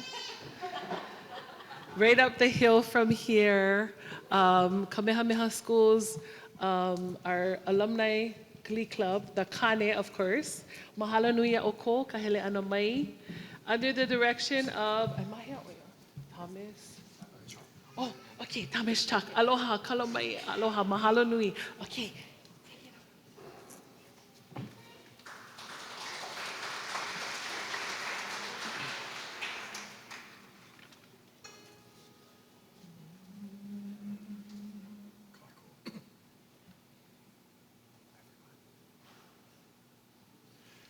Nā kolo kolo kalani ka honua ke ao. Nā kolo kolo kalani ka honua ke ao. Nā wewe ke kuahiwi ke kula ke kai. Kai ala o Pauahi luna o nā moku. E ala e nā tamaha wai'i. E ala e nā tamaha wai'i. Namu o kapu o kalani ke ali'i. Namu o kapu o kalani ke ali'i. Eia nā mamona liko ke aune. Eia nā mamona liko ke aune. E ola o kalani.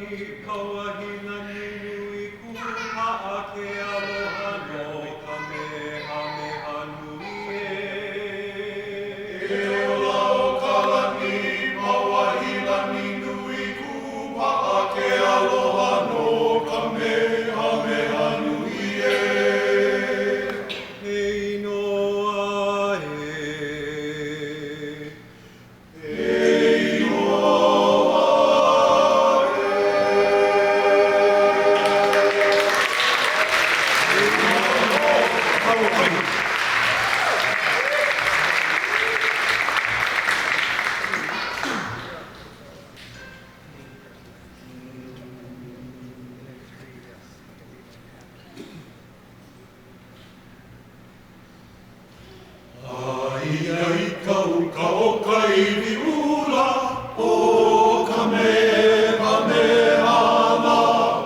O mei aloha ia e nā pua, a ke aliʻi Pauahi la.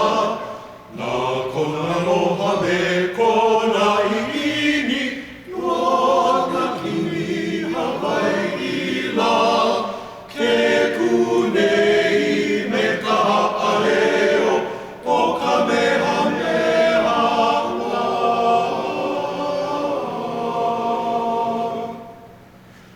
Me ke hoʻoia me ka haʻolia o te ka ena nei a e lohe ko ke o ko ke au kau o e I ka wekiu a o e o lua ua po mai kai Hawaiʻi nei a e ola kou inoa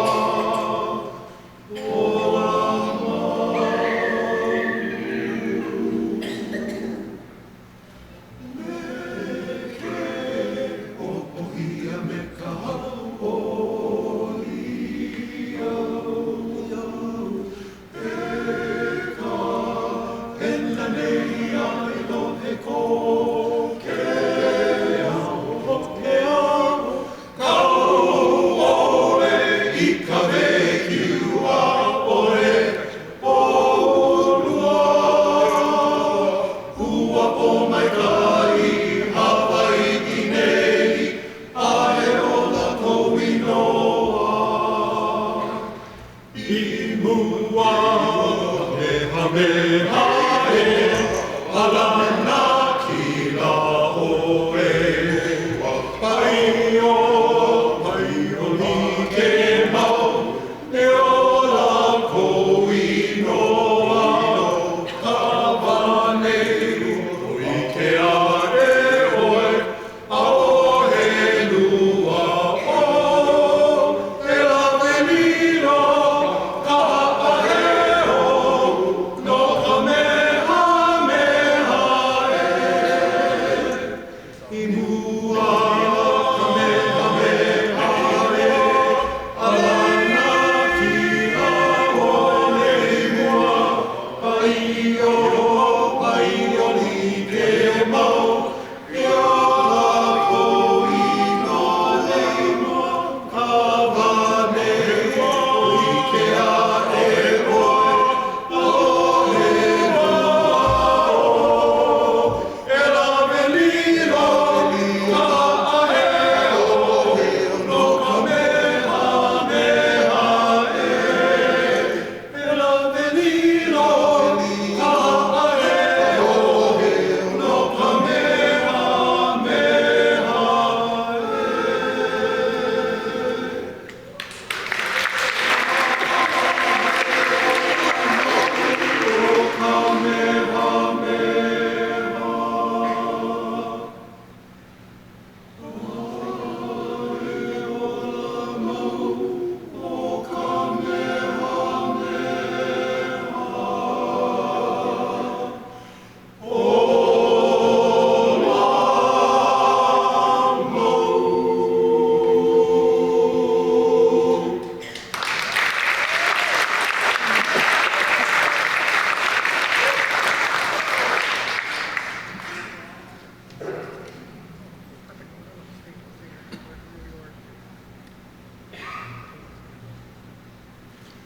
Ole wai mea I ka ihe a ka makani hau mai nā ale ake ki puʻula au kala ia na ke anu o I kana hele a o mahiki ua kula oe I ka malanai ake ki puʻu o luka maka o ka o Hawaii a uli nini au e haka Kua o ke koa I e hai ke anu kana hele a o aika e ala, e ala, e a.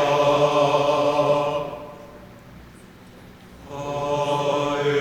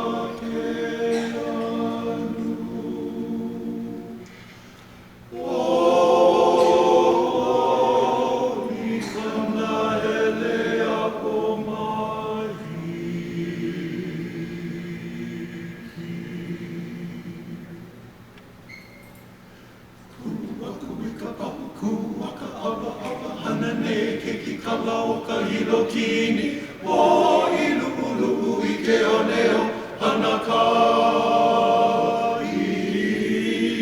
Kuaku I ka papu, kuaka ava ava, hanane ke kikala o kahilo kini, o ilu ulu I ke oneo, hanakai.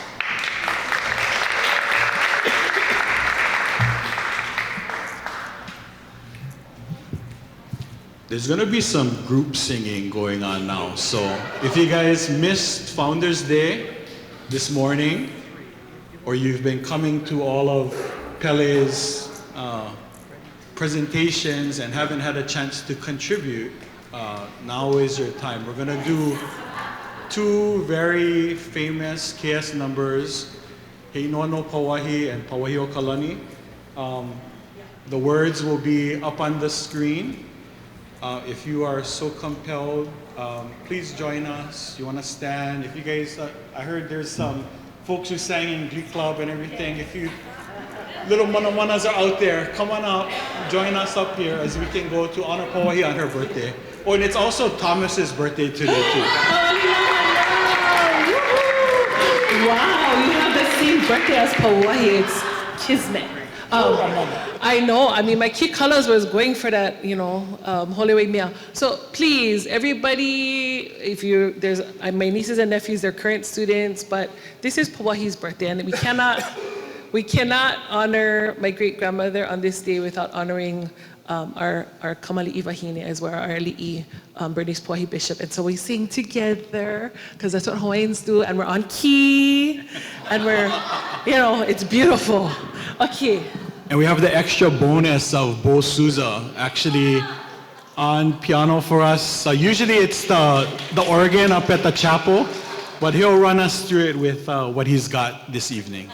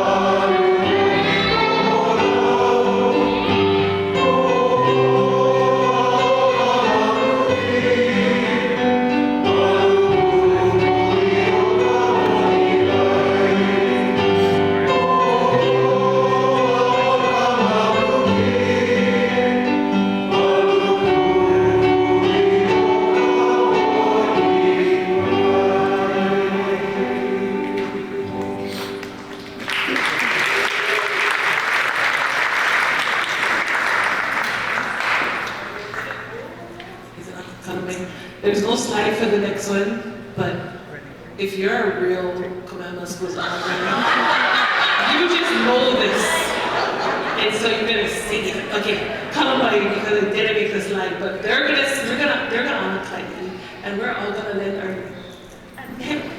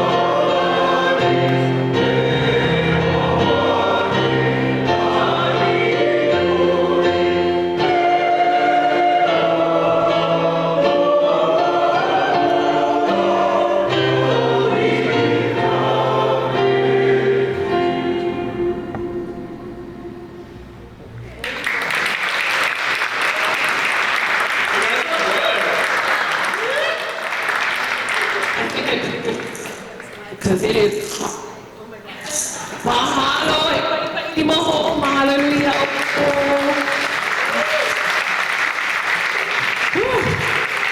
I'll never warm up. You guys sound awesome.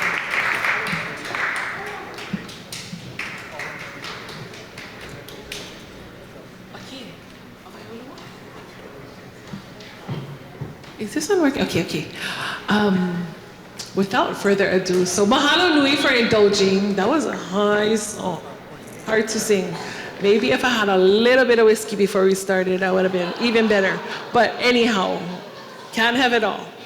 We are going to bring up Aulu, and they need no introduction. Again, these are just one of the other, partners, community movers, shakers, advocators that I begged to come, and there's just so ʻōlelo that they said hikino. And so we're gonna, Aulu is going to come up. Afterwards, please, I see some of our ohana. I never told you folks, but we're gonna dance tutu. So get ready, maybe review a little bit down and listening. And we're all gonna sing Hiki Mai o Kana Kaloka, because this is a time, and that is also something that I listened to in the recording, the celebration that they had. They sang Hiki Mai o Kana Kaloka. Of course, it was, it was Maddie Lamb and the Leonani singers, and it was beautiful 10-part harmony. But we'll put just as much gusto in it as they did. And so, as I still time, I don't know. Kau ipua ke ama he ua e pahamani. Okay, I'm gonna call them up. Eia no mahalo. Mama ke ika noho. Ya ko olua make noho. Okay.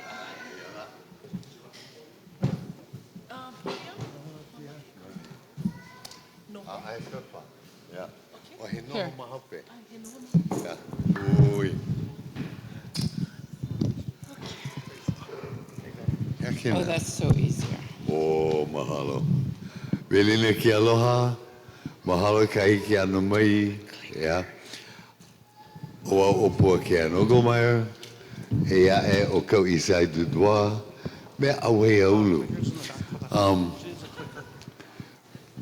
We're honored to be included in this, and especially in the closure of this sequence of celebrations of all the work of Kawena, because in many ways, Aulu, and we'll walk you through what Aulu does, that's what we were asked to do, but in many ways, we're one of the many, many pieces of the legacy of Kawena Pukui.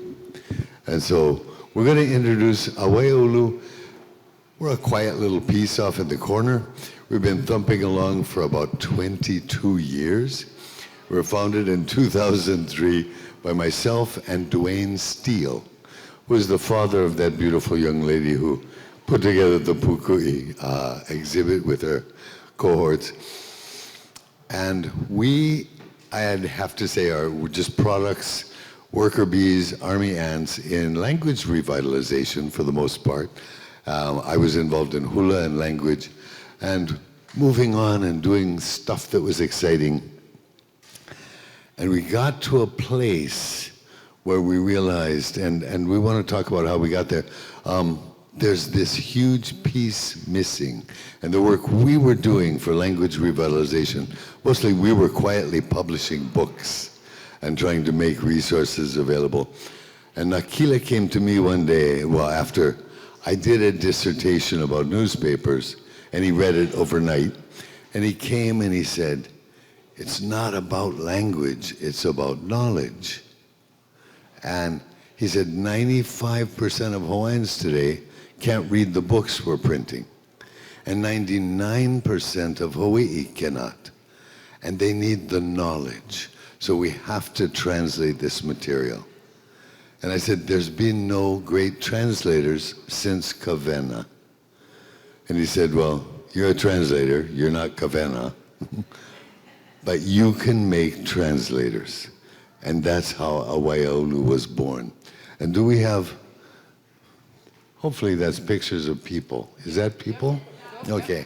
You might want to give me a heads up on what we're looking at. But so we've been around for 22 years. We've actually mentored and walked through 20, so they become interns, then they become translation fellows, and then they keep growing up. They go on and on.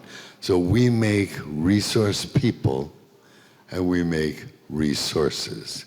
And that's what Aulu is about. And the next slide is Kawena, right? what I want to point out, Kawena mana mana ka ʻike, is that knowledge is so wide-branching. And Kawena was such an incredible, many-branched body of knowledge. She was a portal of Hawaiian knowledge in her time. And we keep celebrating that. There's a whole display up top. She was a writer. She was a teacher. She taught so many different fields, ʻōlelo and language and hula and culture and ethics and tradition and all these different mana mana ka ʻike. And in her time, it was a different society she was dealing with in the 30s, 40s, 50s, and 60s. Kawena wasn't the only knowledgeable person of her time. She might have been the most knowledgeable, but she wasn't the only. And she became such a central force, partly because the society didn't have a great deal of traction, the wider society, in the 30s, 40s, and 50s for Hawaiian knowledge. It was considered, from the past, it was not real relevant. There's a huge movement to modernize and Americanize and freshen up Hawaii, come forth. So she was sort of a doorway to another time. And she dedicated a whole life to that. And a big piece of it, of course, some of the people that she mentored created the Hawaiian Renaissance. I mean, she created some of the people and the resources that allowed the Hawaiian Renaissance to happen. That's how we really see that. And we, as some long-removed legacy piece of that, rely on those resources all the time. And so, actually, Kaui's here somewhere. And one of the things that are in this picture is Kawena was working oft-times. She knew there was a huge body of knowledge in the newspapers. And so the pictures always show her working from original newspapers. Now, there's a technology sweep that's going to happen because newspapers get microfilmed, and then they get digitized, and then they get OCR'd. And now you can pull them up on your home computer and look at a lot. So, Kau'i, talk about newspapers. Aloha, I'm Kau'i Saidurua. I work with Puakea, in case you weren't sure. In 2002, we started the Hawaiian language newspaper project called Ho'olaupa'i here at the Bishop Museum. So we really, it's because of the work of Kawena and everything that she did before us that we were able to start. But we got to cheat because there was technology on our side. We had all this new technology that we could do what she couldn't do. So 2002, we collaborated with Hilo, with Aulu and the Bishop Museum. We put up about 76,000 newspaper pages, digitized from the microfilm. So they were kind of shoddy, but it was the first of its kind. We all grew up not knowing history, not knowing the why. There was no history there for us. But it lives. It lives in 114 years of Hawaiian language newspapers that they left for us purposefully. So that went up in 2002. The project ended at the Bishop Museum in 2009. That was a bad decision, but anyway, that ended. And then we took the project under Aueolu. Me and the whole project went under Aueolu, and there we've been since. And then in 2019, through the urgings of Sahoa Fukushima, who, if you don't know, and might be here, you should know, he encouraged us to start up again. Except this time, the state of the originals are so fragile that they fall apart. You just touch them, you bring the book off the shelf and it just crumbles. So this time the focus is to digitize the original newspapers. So hopefully no one has to touch them again. We started in 2019. Pualeni, who was here, is the coordinator for the Hawaiian Language Newspaper Project. Heaupuni Palapalo. And it continues.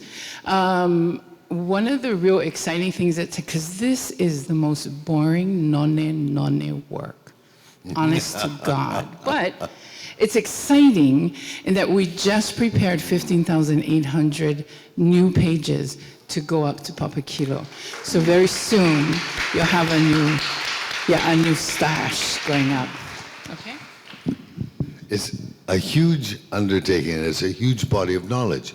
Now, Kawena, you see her often looking at the original newspapers, and she knew of the great value there, and that's, as the Renaissance kicks off, the newspapers become part of it. The awareness of them is what I would say. And so the entire Hawaiian Renaissance, part of its language, part of its hula, part of its hokule, there's all kinds of things that are going on. But in 2000, like I was saying, Dwayne and I are publishing books and trying to feed the Hawaiian language community, and he realizes it's bigger than that. And we were able, by new technology, there's a new society out there with more interest. Hawaiians are far more hungry for Hawaiian knowledge than they were in the 40s and 50s, and the general public is. And so, but the technology has moved forward too. We moved into microfilms. Now we're coming into, whole new forms, OCR, being able to see what's in them. And so I did this dissertation that pretty much said there's this much, 1.5 million pages of knowledge in the Hawaiian newspapers alone. That's not counting all the manuscripts and government docs.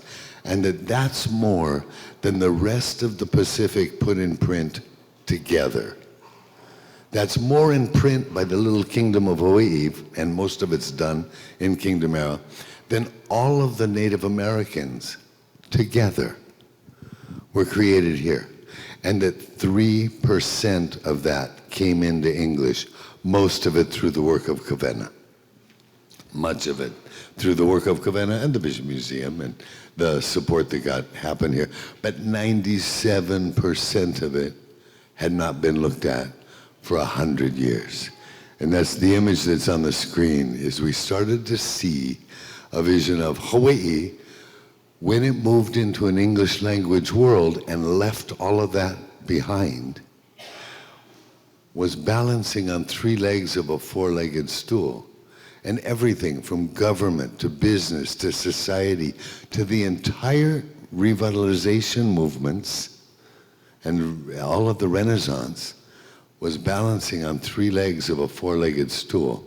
And that there's a chance to reconnect that leg and make, it won't change what's here, it'll make it all stronger. We have a lot of faith in that. And we get that inspiration from Kawena in many ways.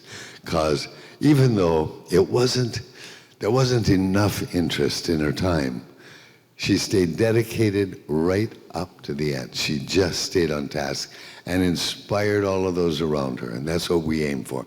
So we're trying to fix the broken leg, okay? That's our little piece of it.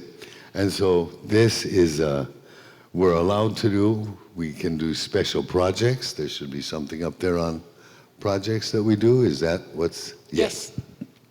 So we're able to reach out and do, because we have a core that we try and hold on to. And as long as that's really strong, we're able to reach out and do translations from Moana, or we've done the graphic novels, Waikawa. Chief of War. Oh yes, of course, we help Chief of War, for better or worse. That's the most Hawaiian you'll ever see on a $20 million program. Thank you very much.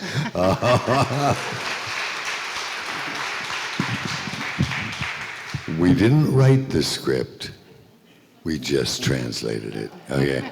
But we've got a body of people that can do these things. And basically we are in, and I'm almost done here, because what we do, if you want to know more about it, we're online. But we have 3 pillars that we have all of our trainees and all of our fellows inside of. And one of them is Masterworks. And that's where we take one of the big chunks, the kind of thing that Kawena did. And we try and bring it forth in English and in Hawaiian. So the modern Hawaiian audiences are still served, and non-speaking audiences have access to the data. So we've done Hi'iaka Ikapolio Pele, we've done fishing traditions, now we just came out with Ke Kumu, which is the original writings of Kamakau. They had been done in the 60s, by the Bishop Museum. They came out as, its ruling chiefs. But it wasn't what he wrote in the order in which he wrote it. It was reorganized by the scholarship of the time. And we really believe that the quality of what he presented in the 1860s is what Hawaiians and Hawaii needs today. So we're bringing it out in the order in which he wrote it for his nation at the time. We're about headed into publishing all the works of John Papa'i'i, which again were published, but they were sliced and diced. I'm not knocking it. It was the scholarship of the time, but there's a value in the entirety. So we're bringing out the entirety. That's masterworks.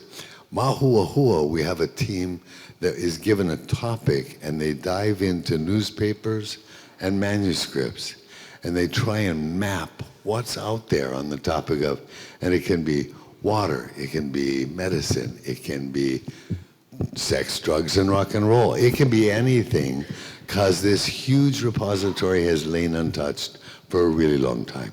So we map out what is there. They might find 1,000 articles on a single topic, and they'll translate about 100, and that becomes a body of available entry point, sort of, in its way. And the last one that we're doing is Kipapa. Wait. Whoop. Hang on, I'll go from here. Hey, okay. So Mahuahua we did in 2021. And we ended up with a really lot of little mini collections, but with no real order or rhyme or reason. It was just a fragmented, whatever piqued their interest is what our translators pulled up, yeah? So in 2020 and 19, when the pandemic hit, 2020, we were sitting along with most of our team are teachers. And they were complaining about everything that teachers had to deal with at the time. And they said that now each teacher had to teach every course by Zoom, young kids to old kids, and try and keep their attention. So what they said was in our meeting that teachers need reliable, curated, bilingual resources with lessons and games and free. And I went, oh, of course. Yeah.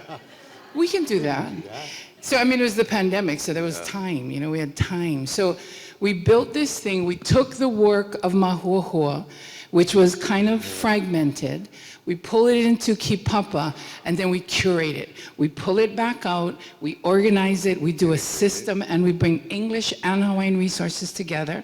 We build lessons, we build games, we build blah, blah, blah, and we made Kipapa educator resources. This has been up since 2020. Yay, if you use it, if you're a teacher. Teachers. We enjoy about 7,000 to 8,000 users every month that use and access these resources, from students to teachers. It's each collection, it's gonna take, I could sit here for hours with you, but we won't. So these are all the different hang on. Here's Kipapa. Here's Kipapa educator. So these are just 4 of the collections. There are currently 10. We have 3 more coming out, or maybe there's 11. There's 3 more in the works. Each one has thousands of documents, bilingual, translated games, lessons, what have you. So that's what our team builds. From Mahuahua went to Kipapa. And all of this is to bridge Hawaiian knowledge from the past to the present for the future. And getting history, getting our children to know our history, is the way we reclaim who we are. So what Kawena would have done if she had an army. We have a little army. And so part of this, our next segue, is every collection has a mele, because kids learn the medium of mele. So every collection is either a song written from the time, somebody we know, haku to mele, or we put something together so that there's a mele. So we're going to just do a presentation of 5 mele that are part of the Kipapa collection, and it's going to be sung by our wonderful He'ōlelo Saidudwa, who happens to have the same last name as me. So he's going to sing our songs for us. So Kalemo'i is first. You go. Last time that I was here, by the way, I did a presentation in May, and I sang. I'm not going to do that to you tonight. We brought a professional, okay? And each song, we just want to tell you, because each set of curriculum, has a song. And there's a reason for songs. So this is, one of them is not connected to even any individual curriculum stuff. It's sort of a framework. As this was composed because as a college professor, my upper level undergrads and my master's candidates would enter my history class and they'd flunk the pretest. And all I asked was, give me the name of the 8 sovereigns, not their number, but their name, and one thing they're known for. And my students, college students, couldn't do that. But I had actually written this song in another form in the 80s because I realized that school kids don't learn that sequence. So this song was built to make just a framework. If you know the 8 sovereigns, you know where to hang certain historical data. So, kalei mo'i.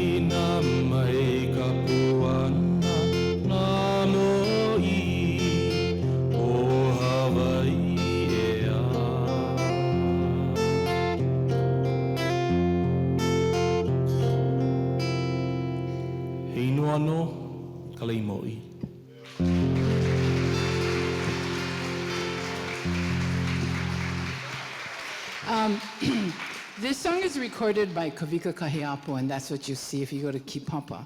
So this is Hewa's first time today learned this song, so he could sing it for us. So good job, good job. The next song is Hi'ikama. One of the collections online is La Ku'okoa, and I'm not going to sit here and give you a historical lecture about, although I want to.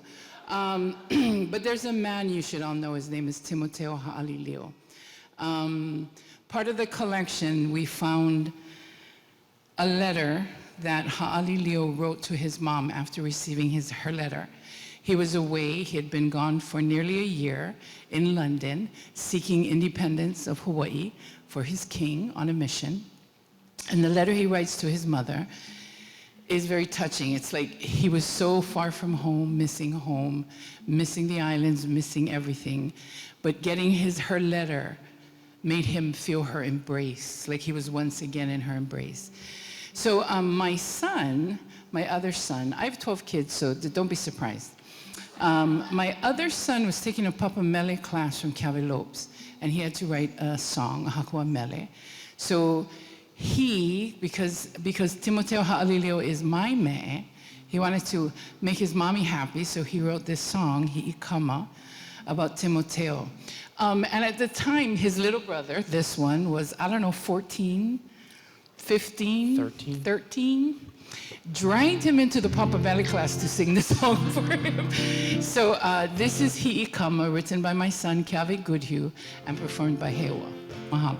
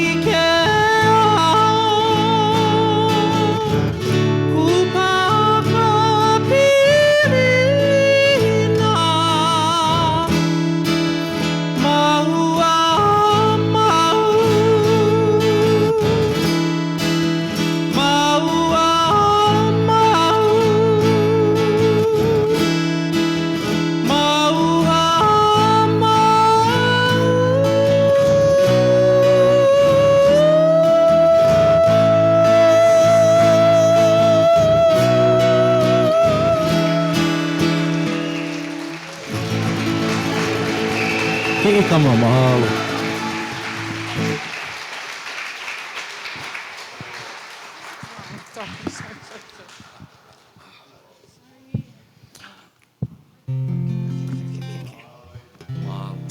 Mahalo e hewa. That was really nice. The acoustics is nice in here. Yeah, it's a dream. Must be exciting. You going? Okay. This one is called Mele Aloha Aina. There's a collection we did for Joseph Navahi o Kalanio Pu'u, which is the school my last two children graduated from. In 2021, when we were working on wrapping up this collection, Hewa was a senior at Navahi. And in their senior year, they have to do a project. And my son, picked at the beginning of the year, he didn't think they honor Navahi enough for the things that he felt were important. So he said that he was going to haku a mele and leave that for his classmates after he leaves the school. So he can tell you the rest of that story, and this is his song. It was just as simple as that. So I guess it goes back to one of Joseph Navahi's articles that he wrote in Kanupe Paku'oko'a, May of 1895. And he talks about Ka'ume Maganeki, or Maganeti.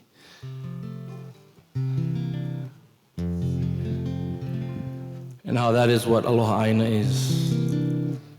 So you can go look at the article. Go read it. We have it on Kipapa, I believe. But we wrote this song. I asked Anakala Puakea if we could get together in Kokua to write a song for Navahi. And we came up with this.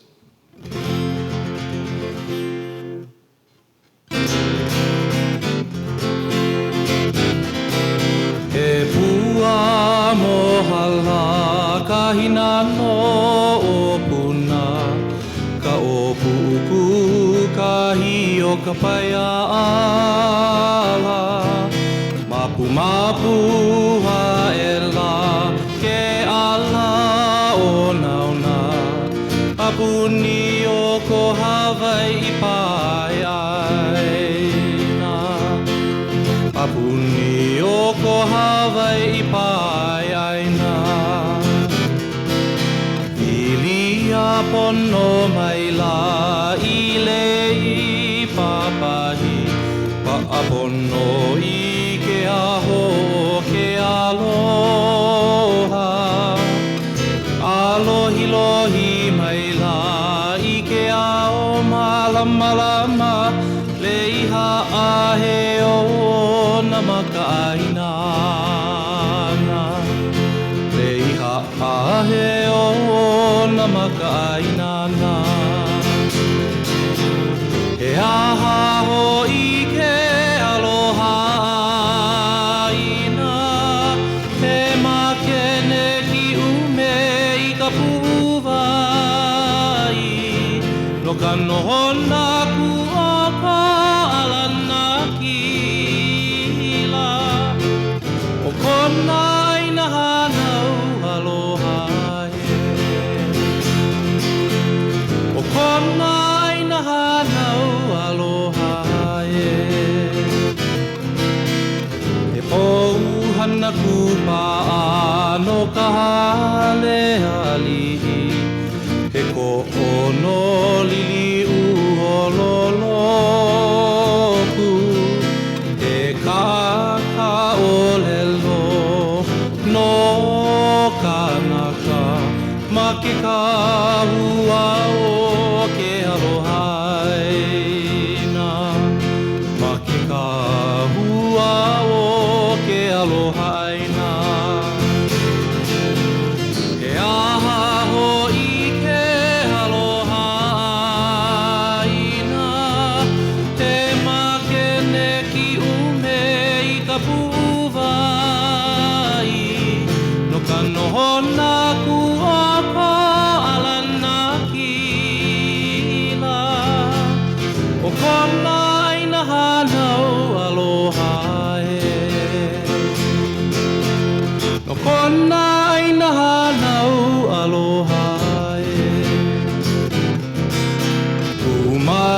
lamaku o ke aloha ina ka pahu hai ka ohana wahi ina ihai ka pono ka lahui ahiki mai no ka lana kilana ahiki mai no ka lana kilana he aha ho ike aloha ina e makene ki ume i ka puwai no ka nohona ku o ka alana kila o kona ina hanau aloha e o kona ina hanau aloha e o kona ina hanau aloha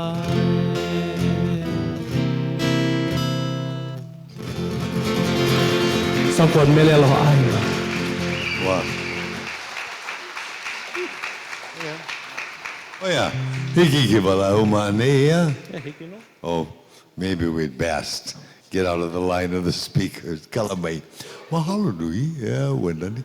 So some of the songs honor and sort of celebrate historical events from longer ago, some more recent, and then some of them, this next one, there's lots of the topics that just relate to some cultural aspect.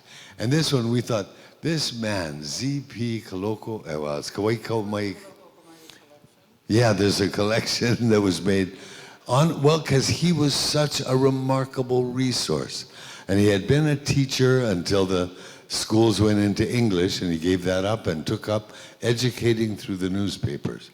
And so a collection was made of the various fields of writing that he did. Zephyrin, Palea, Kawaiko mai kamaka o ka opua, kaloko kamaile. It's just, he's a source. And one of the pieces that he wrote about was learning to carve canoes.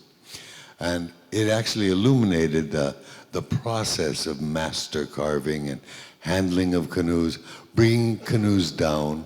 And we thought this was really relevant. There's a new canoe or a koa preserve in Ka'u, and they're deciding where they'll build the roads. And he makes a point of, once you carved your canoe, you had to figure out if an existing trail might allow you to carry it down, or if you had to build a new trail. And so he wasn't formally trained, his father was in training, and he was allowed to sort of tag along with all that, and they let him carve his own canoe. And he describes how carrying it, dragging it down the mountain, they actually turned it into a whole public affair, all friends and family. They were on the canoe hull that's being hauled down, and they end up riding down the hill. This is in Hualalai, and he's not Po'opo'o. And when they hit the bumpy parts, they're all flown off into the rocks and bushes. And so when we were trying to think of a song that would make that sort of embody that whole collection, I thought, this is a fun one, come on. He's actually describing a really fun festival event, and Lad will sing it for us. Mele wa'a.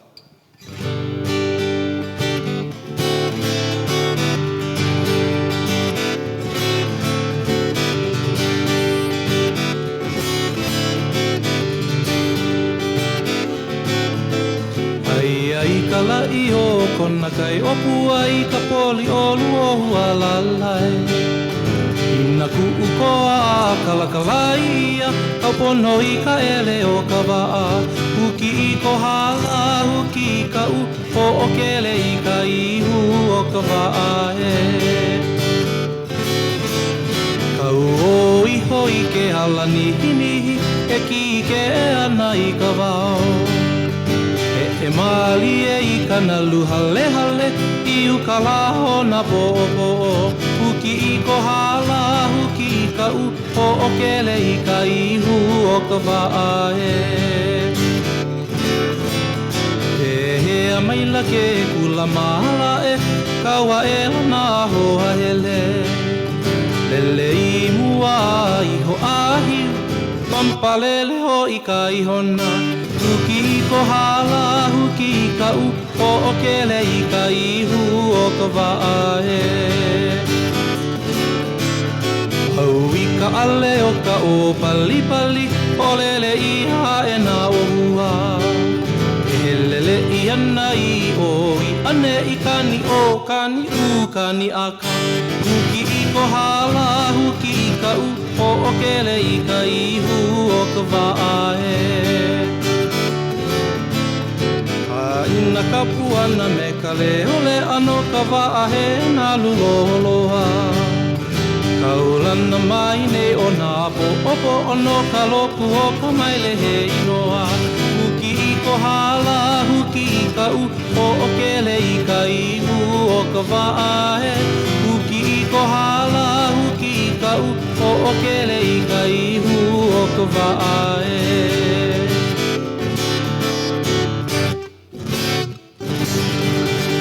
He mele waa no ka loko ka mai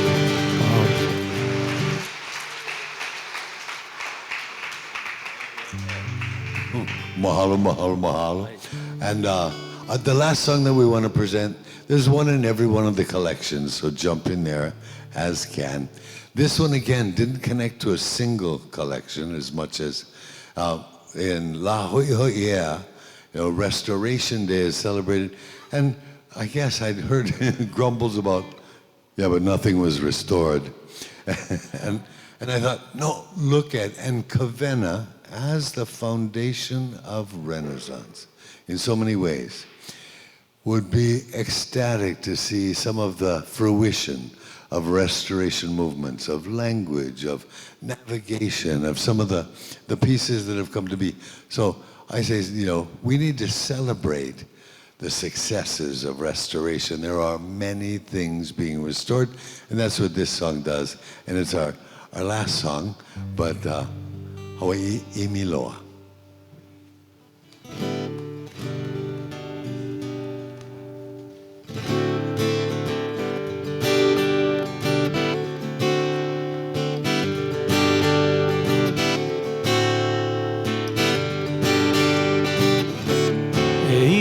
Hawaii Imiloa ke huli nei I ka pono no ka aina no ka lahui no ka naka no ke hao ia kukila kila o mauna kea I kia kia I malama lama moe malihe ka ho o lave e maluhia e nohone ia holo a kea o hoku lea e I hana ina alehai mohala mau mai ka mele a hula I ka poli o nā hanauna ia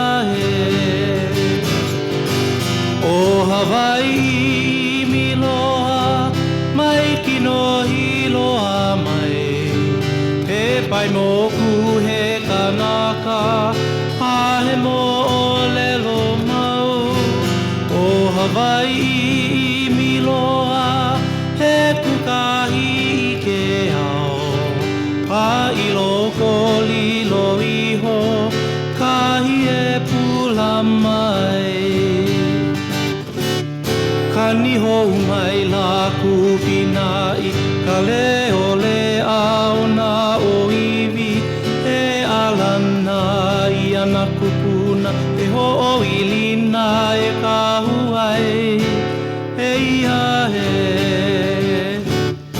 o ka ʻike ke ala kai I ke ala e pono ai e ano iho a he nohona e po mai ka I lima e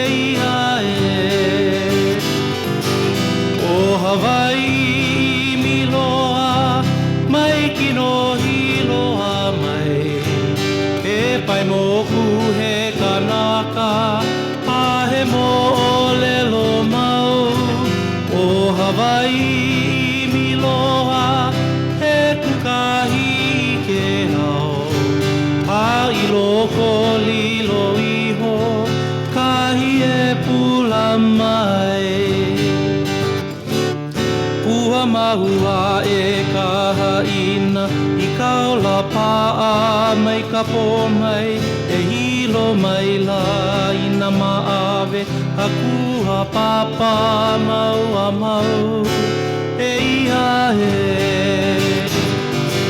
o Hawaiʻi mi loa mai kino hiloa mai e pai moku he kanaka a he moʻolelo mau o Hawaiʻi mi loa te kukahi I ke ao a I loko lilo iho kahi e pula mai a I loko lilo iho kahi e pula mai Hawaiʻi mi loa. Mahalo.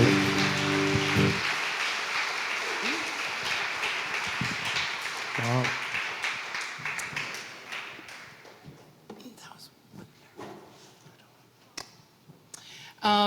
Thank you so much. That's what we have to offer you tonight. As you all know, any of you who know us, you can come and we'll talk to you for hours. We'll take you through all the things, show you all the documents, give you more than you ever wanted to have. But on behalf of Puakea, myself, and Aulu, don't be satisfied with what you think you know. Dig in. Follow. Kawena was more than an example. She was a beacon, right? And she was an example for what we should be doing instead of sitting and going, gee, I wonder how. Jump in, dig in, use our stuff. Mahalo anui. Aloha.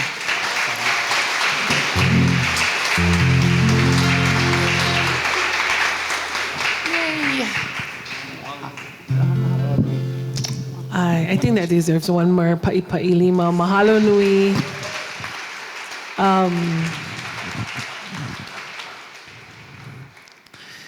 Yeah, I don't know how to do after that, but o kau'i me Puakea a me heua, he poe a o inoia, this whole series, I'm like, can we do something? But they're so pa'ahana, and as Hewa was talking, I thought of one of, the ʻōlelo no iao that were, e kanumia ai o Nānā kiki ka ha'i, right? We have to plant those edible foods, lest our children start looking elsewhere. They're going to look at social media. They're going to look at other people to lead them, to alakai them, to be the example that our kupuna left for us, that people like this haumana. I'm a very proud kumu because, I was a teacher at Navahi for 22 years. And so when Heua Olu Saidudua sings, I tell everybody that was my haumana, yes. And also, I have a funny story. I was thinking about it. Remember when you entered the talent show? What papa was that? Evalu. Okay, so he sang, oh my God, it was beautiful. Wakapoli. Okay, and then his sister-in-law danced hula, and he never win. And I said, right, and so, no. But, well, okay. So then I had to become a judge the next year because I was just in the audience, and I went straight to the judges. I'm like, what is going on? How come? Hey, what? And so then anyhow, I changed the criteria because the criteria was wrong. If this guy doesn't win first place for every single thing that he enters, then something is heavy, lower. And so I did change the criteria. I said, what do you mean costume? What is this costume? This is talent. I don't care what the costume is. But anyhow, and then I was judged every single time after that because I was like, this will never happen at Navahi again when the right person does not win. So anyhow, mahalo nui hewa and kau'i Puakea. I'm gonna call up the ohana up here because, we dance hula. And I asked my haumana if we can, Uncle Kima, are you still out there? I know you gotta drive all the way back to Nanakuli, so maybe not. If you are, then please come up. We're gonna sing Hikime Kanakaloka Kikei. But Ku'ututu, so I saw my cousins, the winglers, the flags. My sister guys are over here. These lights are beautiful and bright, and I cannot see anybody. But Hele mai. We're gonna dance ku'ututu in honor of our tutu. And she wrote this song. Many people might have heard it at the first celebration. She wrote it for her tutu in response to a song, a comical song, hula that was being done at the time, you know, le'a, about the tutu that goes to the bar and she gets all blasted. And she thought, well, that's not my tutu. My tutu makes leis and she sews and she calls out to people to come into her hale. And she has a very warmness to her. And these are the memories that I have of my tutu. And so when we talk about kanu that mea ai, then, everybody's tutu, we should all love our tutus in the way that they deserve to be loved. And so, hele mai, I'm not going to call you guys by name because I cannot see you because the light is so bright, but just hele mai, and we're going to dance kututu. And if you don't know, I told my kids they have to come up and sing with their hoa kula, hewa.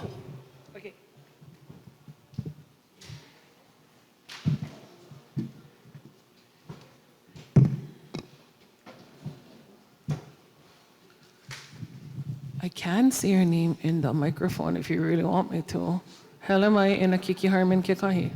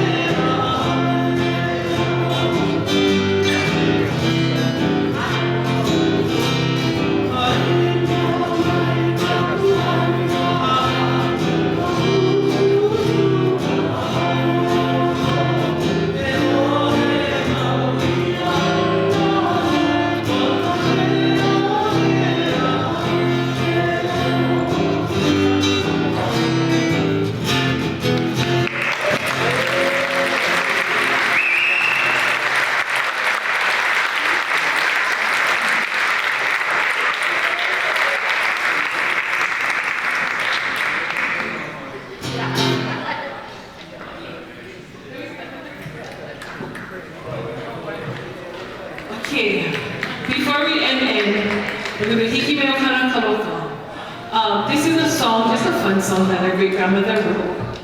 And you know, I mean, it's been a year, yeah? And so we went out, before we end, we would be remiss if we didn't wish everyone a mele kaliki maka, aho oli makahiki ho. We sing along to this, and then we're gonna do our, maybe a pule pani and Hawaiʻi aloha. And then that's it. Okay, so hiki meo kanakaloka. You don't have to stand, but you can if you like to. If somebody has jingle bells in their purse, bring them out. Hiki no.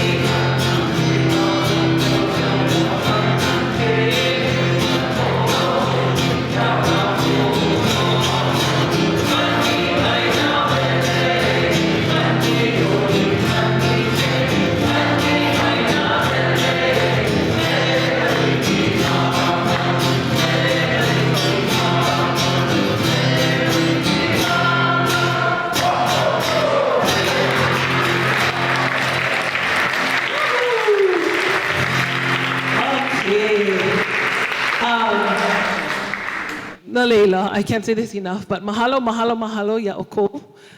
As we close this year, malama kekahi, everyone take care of each other, love each other, just as our kupuna loved us and they did so much. They left so much for us to do. He ho'omau keia. This is a continuation of a legacy of aloha for our people, our mo'olelo, our ʻōlelo, all the things that make us Hawaiʻi. And so we end with Hawaiʻi aloha. Grab your person next to you. No, make like they, I don't know, like you don't like them. Grab hands, and we're gonna do a quick pule pani, and then we're gonna sing Hawaiʻi aloha and pani pono i keia, this series. And so, e ho'omalu kako. Au hea oi kia kua e mako kaupo i keiki. Mahalo ako nia oi na kia hui ana o mako. Ma keia la, keia piha makahiki, keia la hanau o kamali i wahine o Pauahi.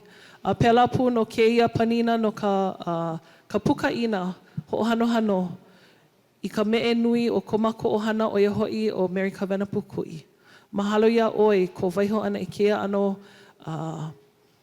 kupuna, he alakai, he kanaka i la'ana mai i ka mako e hanai, ua waile oia i ke ala a e ho'omau mako me ke aloha maluna o kea. No leila, e ho'i ke ala me kea kanaka i ea mai i ke ahiahi, i kona wahi e hele ai me ka maika ia me ka pale kana.